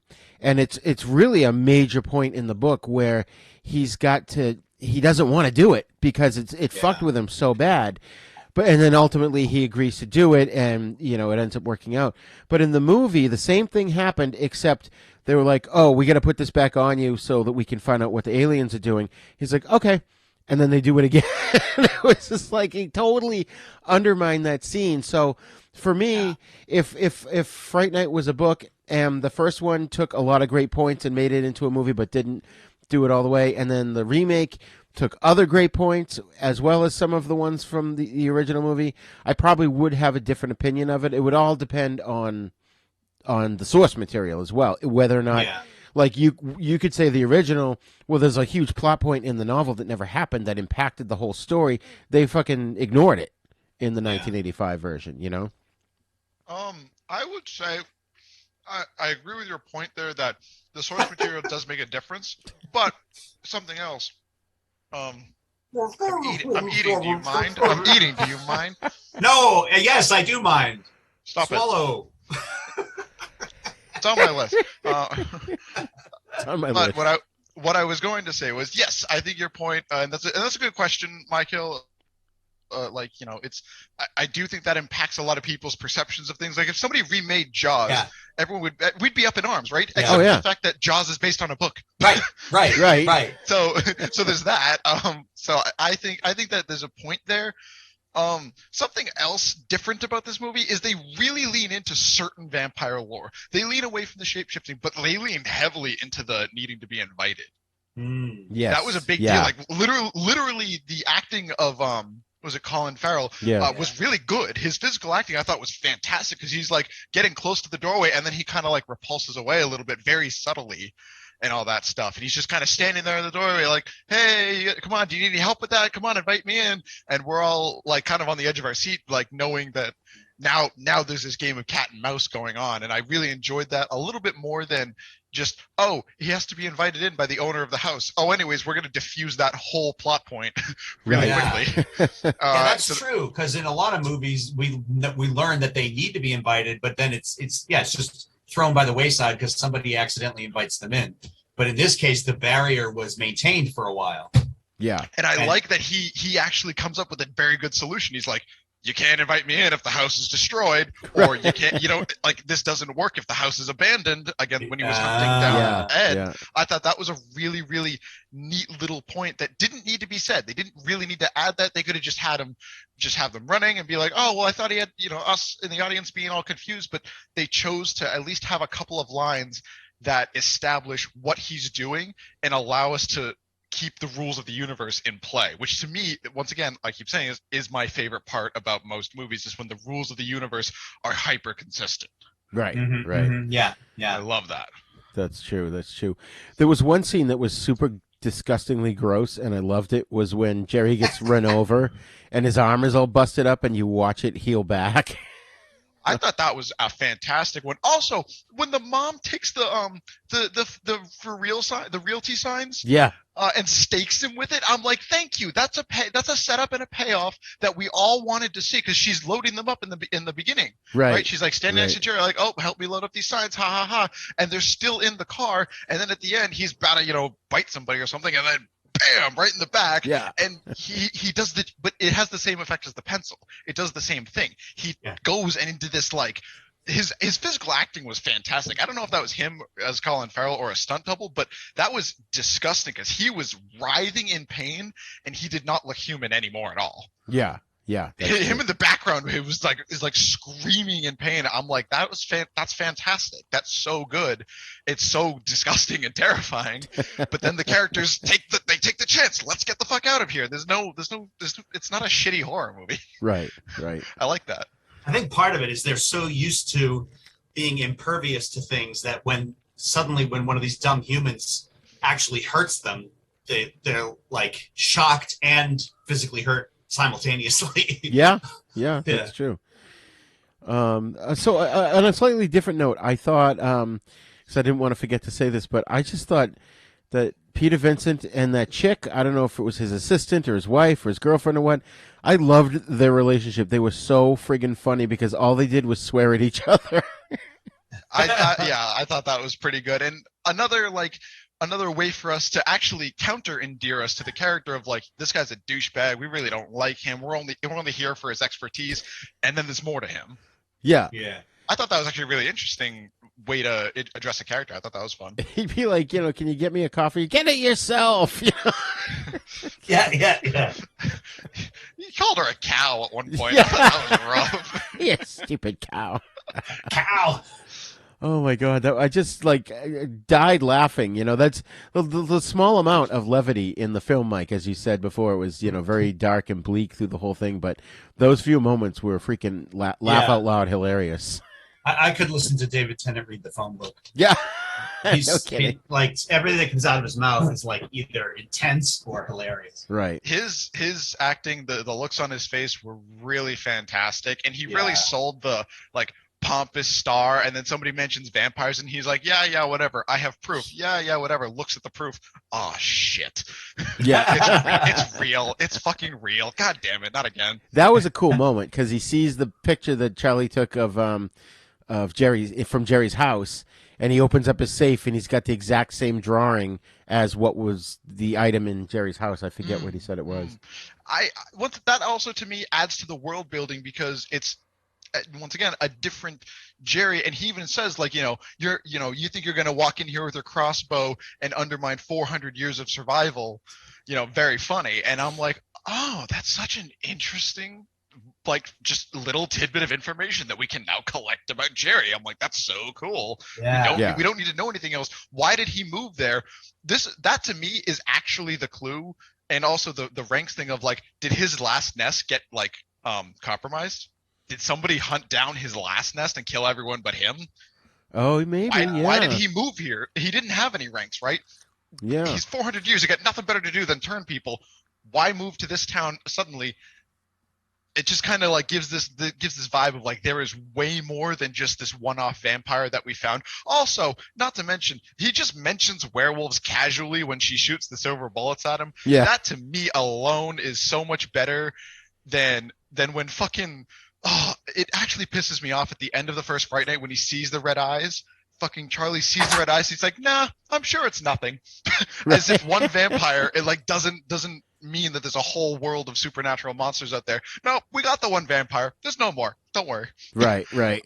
I'm like, so I really enjoyed that aspect that it really kind of clued Charlie in, and Charlie wasn't stupid.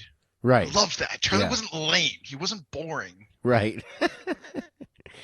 There was one moment, and I didn't put it in my notes here, but when David Tennant was kind of explaining to him that basically the vampire, his goal essentially was to just turn everybody into vampires, which I remember thinking, I just watched it the other day, but I was thinking that's kind of stupid because if everybody in the world is a vampire, you have no fucking food supply. Yeah. I think there was also a level of David Tennant really didn't know everything. Yeah, it could be. They're very clear about that he knows some things, and the replenishing your ranks, no matter how you slice it up, vampires need numbers to survive. It's very, very interesting because he's 400 years of survival, ha ha ha. Yet in both movies he hides from when they have weapons, right? Or calls in reinforcements. as he did in the original and in the second one. I'm like, very big talk for somebody who very much loves to hide behind the fact that they have other people to do their dirty work. Right. That's one of the strategies, I guess. Not that he's immune to everything, but that he knows when to fight and when to flee and when to hide. Yeah, it just adds more to the character, in my opinion. Also, when it comes to the characters, comparing them, just to jump to the effects a little bit, Jerry's face in the remake is so much more scary to me than in the first one. What? So much scary. Once again, it does the rictus grin. Really? It goes like his smile, his jaw, it goes up to his ears, and there's like no cheeks. That to me is personally much more terrifying than just seeing some guy with a bunch of tusks hanging out of his mouth. But also, I thought it was really scary when personally, I thought it was really scary when you would see this blue vein of like stuff just go through him, and then like at the end when he's like kind of semi-shirtless, you can actually see the veins of the like, blue blood going through him, and whenever he would vamp out to some extent, you would see these blue veins coursing through him very vividly. I loved that imagery. Right. I thought that was very, very fun to watch, and you could actually tell when he was like trying to be a person and trying not to be a person. Right. Yeah. I keep thinking of the way his face looked at the very end when he got killed, which is like a triple whammy. He's on fire, he's getting burned, and he has a stake through his heart. Right. And his chest cavity's like wide open. I know they did it for the 3D effect now, but I didn't realize that before. But yeah, his face at the end, it just looks like a mask that somebody put some extra airbrushing onto or something. I'm not. That's a good point. I'm not talking about that. I'm talking about him like in the first half of the movie or stuff like that before the final fight, when you see his face transform and you see his claws. That to me is so much worse. Because it's the same vibe as the when Amy got turned in the original.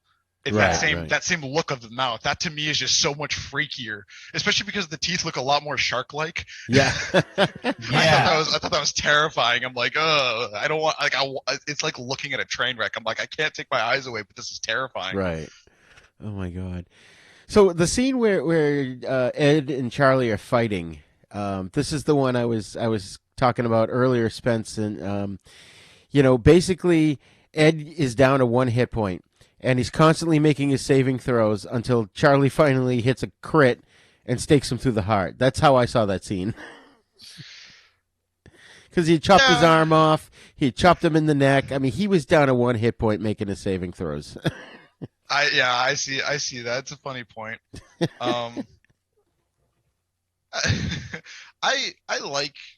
I liked it. I thought the fight was really enjoyable, and it was a really fun showcase to like watch a fledgling vampire fight, because he was a freshly turned and he was just that agile. Yeah. So then the final fight when Charlie has to like tackle him on fire, like, and he's being thrown around the room.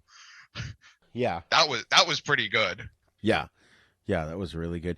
And, what's his name? Anton Yelchin had a really nice piece of acting when he's sitting by the mom's bedside and you see the sun coming up, and you just can see, like, without him ever saying anything, he's got to steel himself for what he's about to do.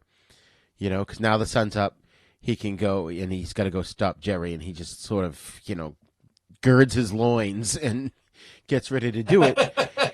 Except for the fact that he goes to the gun store, but I'm sorry, the gun store wouldn't be open right at sunrise. He probably had to wait till like 10 in the morning to go there. It should be like a scene of him drinking coffee across the street, looking at his watch, drumming his fingers. Come on. Now, there was a moment towards the end, and I'd forgotten. I think my brain just kind of pushed this movie out of my head, so I didn't remember anything from it. I was like, I'm watching the film the other day, and I'm like, fuck. I'm like, David Tennant just pussied out. I'm like, yeah, I think I remember that he never showed back up again. What? That's so lame for his character. And then he showed up, and I was like, yay! They did the line again, which we didn't really talk about in the first one, but welcome to Fright Night for real. Yeah. But even in the first one, Peter Vincent kind of pushes out, and he's like, I can't, I'm sorry. And Charlie goes off by himself, and then Peter shows up. I did find it really funny that Peter showed up inside of the vampire's house. Yeah. I'm like, what the fuck? But once again, a good point is they didn't have to go through the whole like in the original, there's the whole thing of the sun's up, we can hit the windows. Like Charlie's immediate reaction is, we're going to open the windows now. We're going to give ourselves some cover here. We're going to even the playing field for ourselves, even if it's just up here on this base level. Because he goes in with a flashlight, but then he's got the sunlight coming in because he's busting the windows as he's going. I'm like, thank you. That's such a good point. Yeah. I'm like, that's what I would do, right? Wouldn't we all? Right. Absolutely. I also just found this, a couple of things where I like that they didn't lean into the religion as hard, but they did have it where when Charlie has the cross and fucking Colin Farrell's Jerry just grabs it and his hand's on fire. Yeah. I'm like that's terrifying. I thought that was really fun. I thought that was sick. Also, general trivia, Chris Sarandon actually plays the guy who like found them when they were like sitting on the highway and got out of his car and then that was him. I meant to mention that. I forgot. Really? Yeah. Yeah. Oh my god. The guy that rear ends them and then Jerry kills him. That's so funny. I gotta. Now I really need to go and watch the remake all the way through. Like I saw bits of it to prepare for today, but I just didn't have time to watch both. I like it. I think it's really good. I think comparing it to the original isn't really all that fair because they're not similar enough, especially with the main character being so vastly different. And the subject material. Horror hosts wouldn't relate to people. Like a magician, a big time magician, yeah, that's gonna go. Yeah, that's true. That's true. I mean, I as much as I don't care for Colin Farrell as an actor, I thought he was effective in this. I thought he did a good job, and he was very scary in this movie. He had the right look, but yeah, I feel like they could have gotten somebody. Whatever. Yeah, I mean, I can see why I can understand why they cast him. Actually. Yeah, I thought he did a fine job for what they were going for. Also, when they're going down the highway in Chris Sarandon's now deceased character's car, remember when they hit the minivan and they crushed Jerry? Yeah. Oh yeah. I'm like, thank you, fucking yes, it's great. And I thought the game of cat and mouse was a lot more obvious in this movie and a lot more there because they fight him off quite consistently.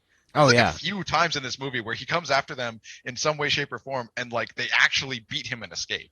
Yeah. Yeah, it was interesting how they were able to do that. I liked it. I thought it was more exciting a little bit, but I also understand that that's what this movie was going for, is a few more serious action sequences with serious, calmer spots. I did like when he was under the minivan and he was starting to rip his way up through the floorboards. That was kind of cool. That was rough. That was terrifying. Yeah. I thought he was just... go ahead. Well, did he pull the brake line? Because I thought he was going to pull the brake line and they were going to go flying through the windshield or something. I don't think he did. I think he just punched his hand through and tried to start grabbing them. He pressed the brake with his hand. That's what it was. Damn! Right. I don't even remember that. That's crazy. Yeah, because I remember thinking, well, once he lets go, the car's going to start going forward again. But what were you going to say, My-Kill? I was thinking, I would, even though, I don't know, I guess I'm not really necessarily criticizing the remake when I say that it was darker, just that it wasn't as much fun in the same way. But by the same token, I can imagine myself if I were in the position, hypothetically, where they wanted me to do a remake of a movie, like an 80s movie that was horror, but also had like some humor and whatever in it. I would probably, my very first thought would be, okay, we're going to make it fucking dark and scary and nasty. Like that would be my first response. So I can't really blame this director for doing that. Yeah. Yeah, I think it adds to it. I like also that we got a decent explanation of where the mom went. Like she had a head injury. They took her to the hospital. I thought that was really enjoyable. He filled the room up with crucifixes. Oh, she's very religious. Yeah. I thought that was very, very perfect. I thought that worked out really well. My thing is, where the fuck in the original Fright Night did he get all those fucking candles? The candle store. If you remember Charlie? if you remember when you walk into his room in the original, he has like 1,000 candles in his bedroom. fucking room, all lit. I'm like, what the fuck is that gonna do? Yeah, I know exactly. Not that funny. That doesn't really protect you or anything. It was just like to show that he was going a little loopy, I guess. That's hilarious. So they're, like, whittling I never steaks. thought about that. All right, so Spency, final thoughts on the 2011 remake of Fright Night. I thought it was a very, very good horror movie for what it was trying to do, and I really, really loved a lot of the characters and the relationships and how the movie fit together. Also, the world building, the effects, they age a little poorly, but overall, I think the quality of the movie shines through, and it makes it a really, really fun vampire movie to watch. Excellent, My-Kill. Again, I have a bias based on my love for Chris Sarandon as an actor and my inherent bias towards anything that was made in the 80s. But I do remember enjoying the remake and thinking it wasn't too bad. And the David Tennant's presence in it really just made it great for me. And I thought Charlie was good in this one. I wanted him to succeed. I saw him as very sympathetic, like in the first one. I mean, I'll always favor the original, but this one was pretty good. Yeah. Nice. Yeah, something I meant to bring up earlier. I felt like the original was kind of classy, and this was more gritty. And what I mean by that is a lot of influences in the original film, like I mentioned before, were from the Hammer films, from the old Dracula movies. There was a lot of nods to the old school horror, and this was just horror with nods to the original film. It wasn't quite as classy. Like, I liked the location in the originals. I liked Jerry's house. I thought that was cool and creepy, and they didn't have those kind of things. I liked Peter Vincent's apartment because, it was, in that respect, it was a reflection of his character. He was a former actor, down on his luck, and all he could afford was this tiny little apartment, whereas Peter Vincent here is obviously wealthy from playing these Vegas shows night after night after night. So, that you can't really help, but there was just something maybe about, and don't get me wrong, obviously I fucking swear on the show all the time, but there was something about the use of language and the vulgarness in the remake, which I don't have a problem with that, but I think it cheapens the film in terms of the original. It's not as classy. Like in the first one, you saw a couple of boobs, and that was pretty much it. And then some gore, but gore is gore. Yeah, I feel like this one could have been a classier film. But it was a decent monster movie. Don't get me wrong. I think, I think if anyone wants to watch a decent monster movie, they should watch the original first and then watch this one. Like I said before too, I felt like the filmmakers didn't quite have the passion for the original that they could have. It was there. I just felt like they were just making a movie and trying to hit beats from the original film. Wasn't quite as charming as the original, but like you guys said, David Tennant was awesome in this. He wasn't as good as Roddy McDowell, but the way I kind of like it, he was successful and pompous, whereas Roddy McDowell was this horrible actor who was in bad movies. He could barely pay his bills, getting fired, getting evicted. So they're two completely different characters. I think, My-Kill, you said that earlier. Yeah. So I think if you're going to watch this, watch the original first. And then watch this one. I think you'll appreciate them both in tandem. Like I said before, I don't know if I'll ever revisit it unless we're doing like a drunken MST3K kind of thing. Pop, I truly implore you to rewatch this movie and try and pay attention to some of the details, because I think some of the shots in this movie are really, really good, especially something we never mentioned was there's a whole point where a security guard is stopping Jerry, and then what ends up happening is we see this computer screen where Jerry's not even on the screen and Yes. he kills the guard. That's I right. thought a shot like that had a lot of thought to it, so I wouldn't quite agree that it's a thoughtless movie in that sense, that it doesn't have the same care to it, because I truly think it does. So I do implore anybody watching this to try and view the differences as just that, differences, and then see the details as, Right. as rampant as they are. There's a lot of really good details in this movie that I enjoy. Yeah, yeah. You know, I actually, like the word charming that Roger used, the word charming for the original one. I think that's a good word to describe the first one, and the second one is just has a different vibe. That's all. Right. I don't know. yeah. I don't find the first one charming with how disgustingly gory it is. I would not use the word. But that's only at like 2 points in the movie, maybe 3 Right. points where it gets really like blah. You know. I was just saying, I don't get why you keep calling the original movie charming. It doesn't make any sense to me. I don't quite see it with all the gore and all the actual tense moments. I feel like it. I don't know. All right. Yeah, that's my point. Is I like the new one a little bit more, but they're different enough. Yeah. Yeah. Cool. Okay, well, guys, thank you so much for joining me today, and look forward to talking to you guys again soon on the show. Yeah. Thank you. It was awesome.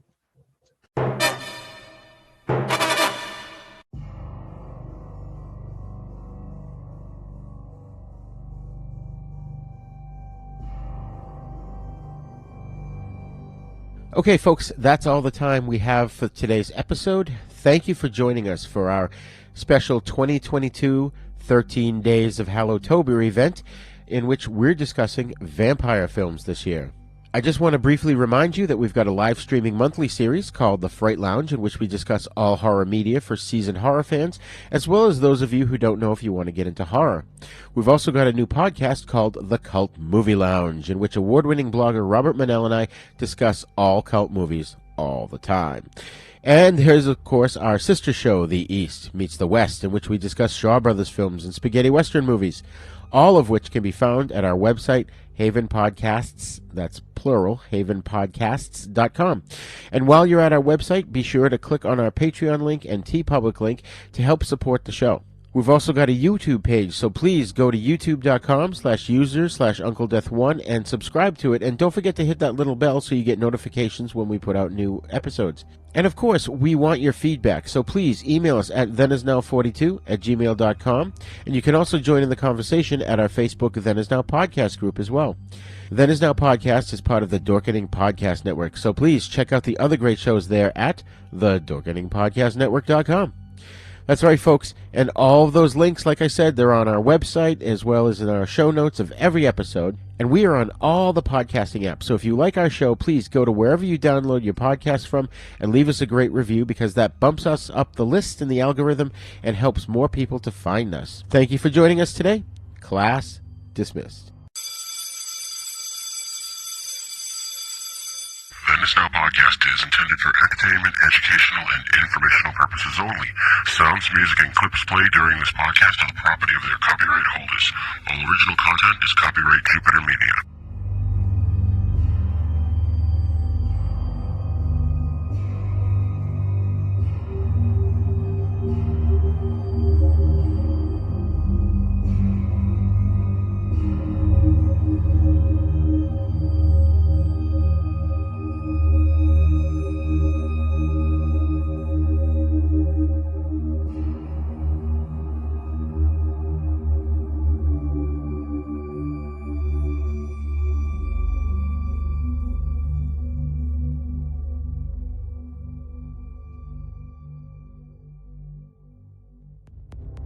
For more shows like the one you just heard, check out the Dorkening Podcast Network at thedorkening.com.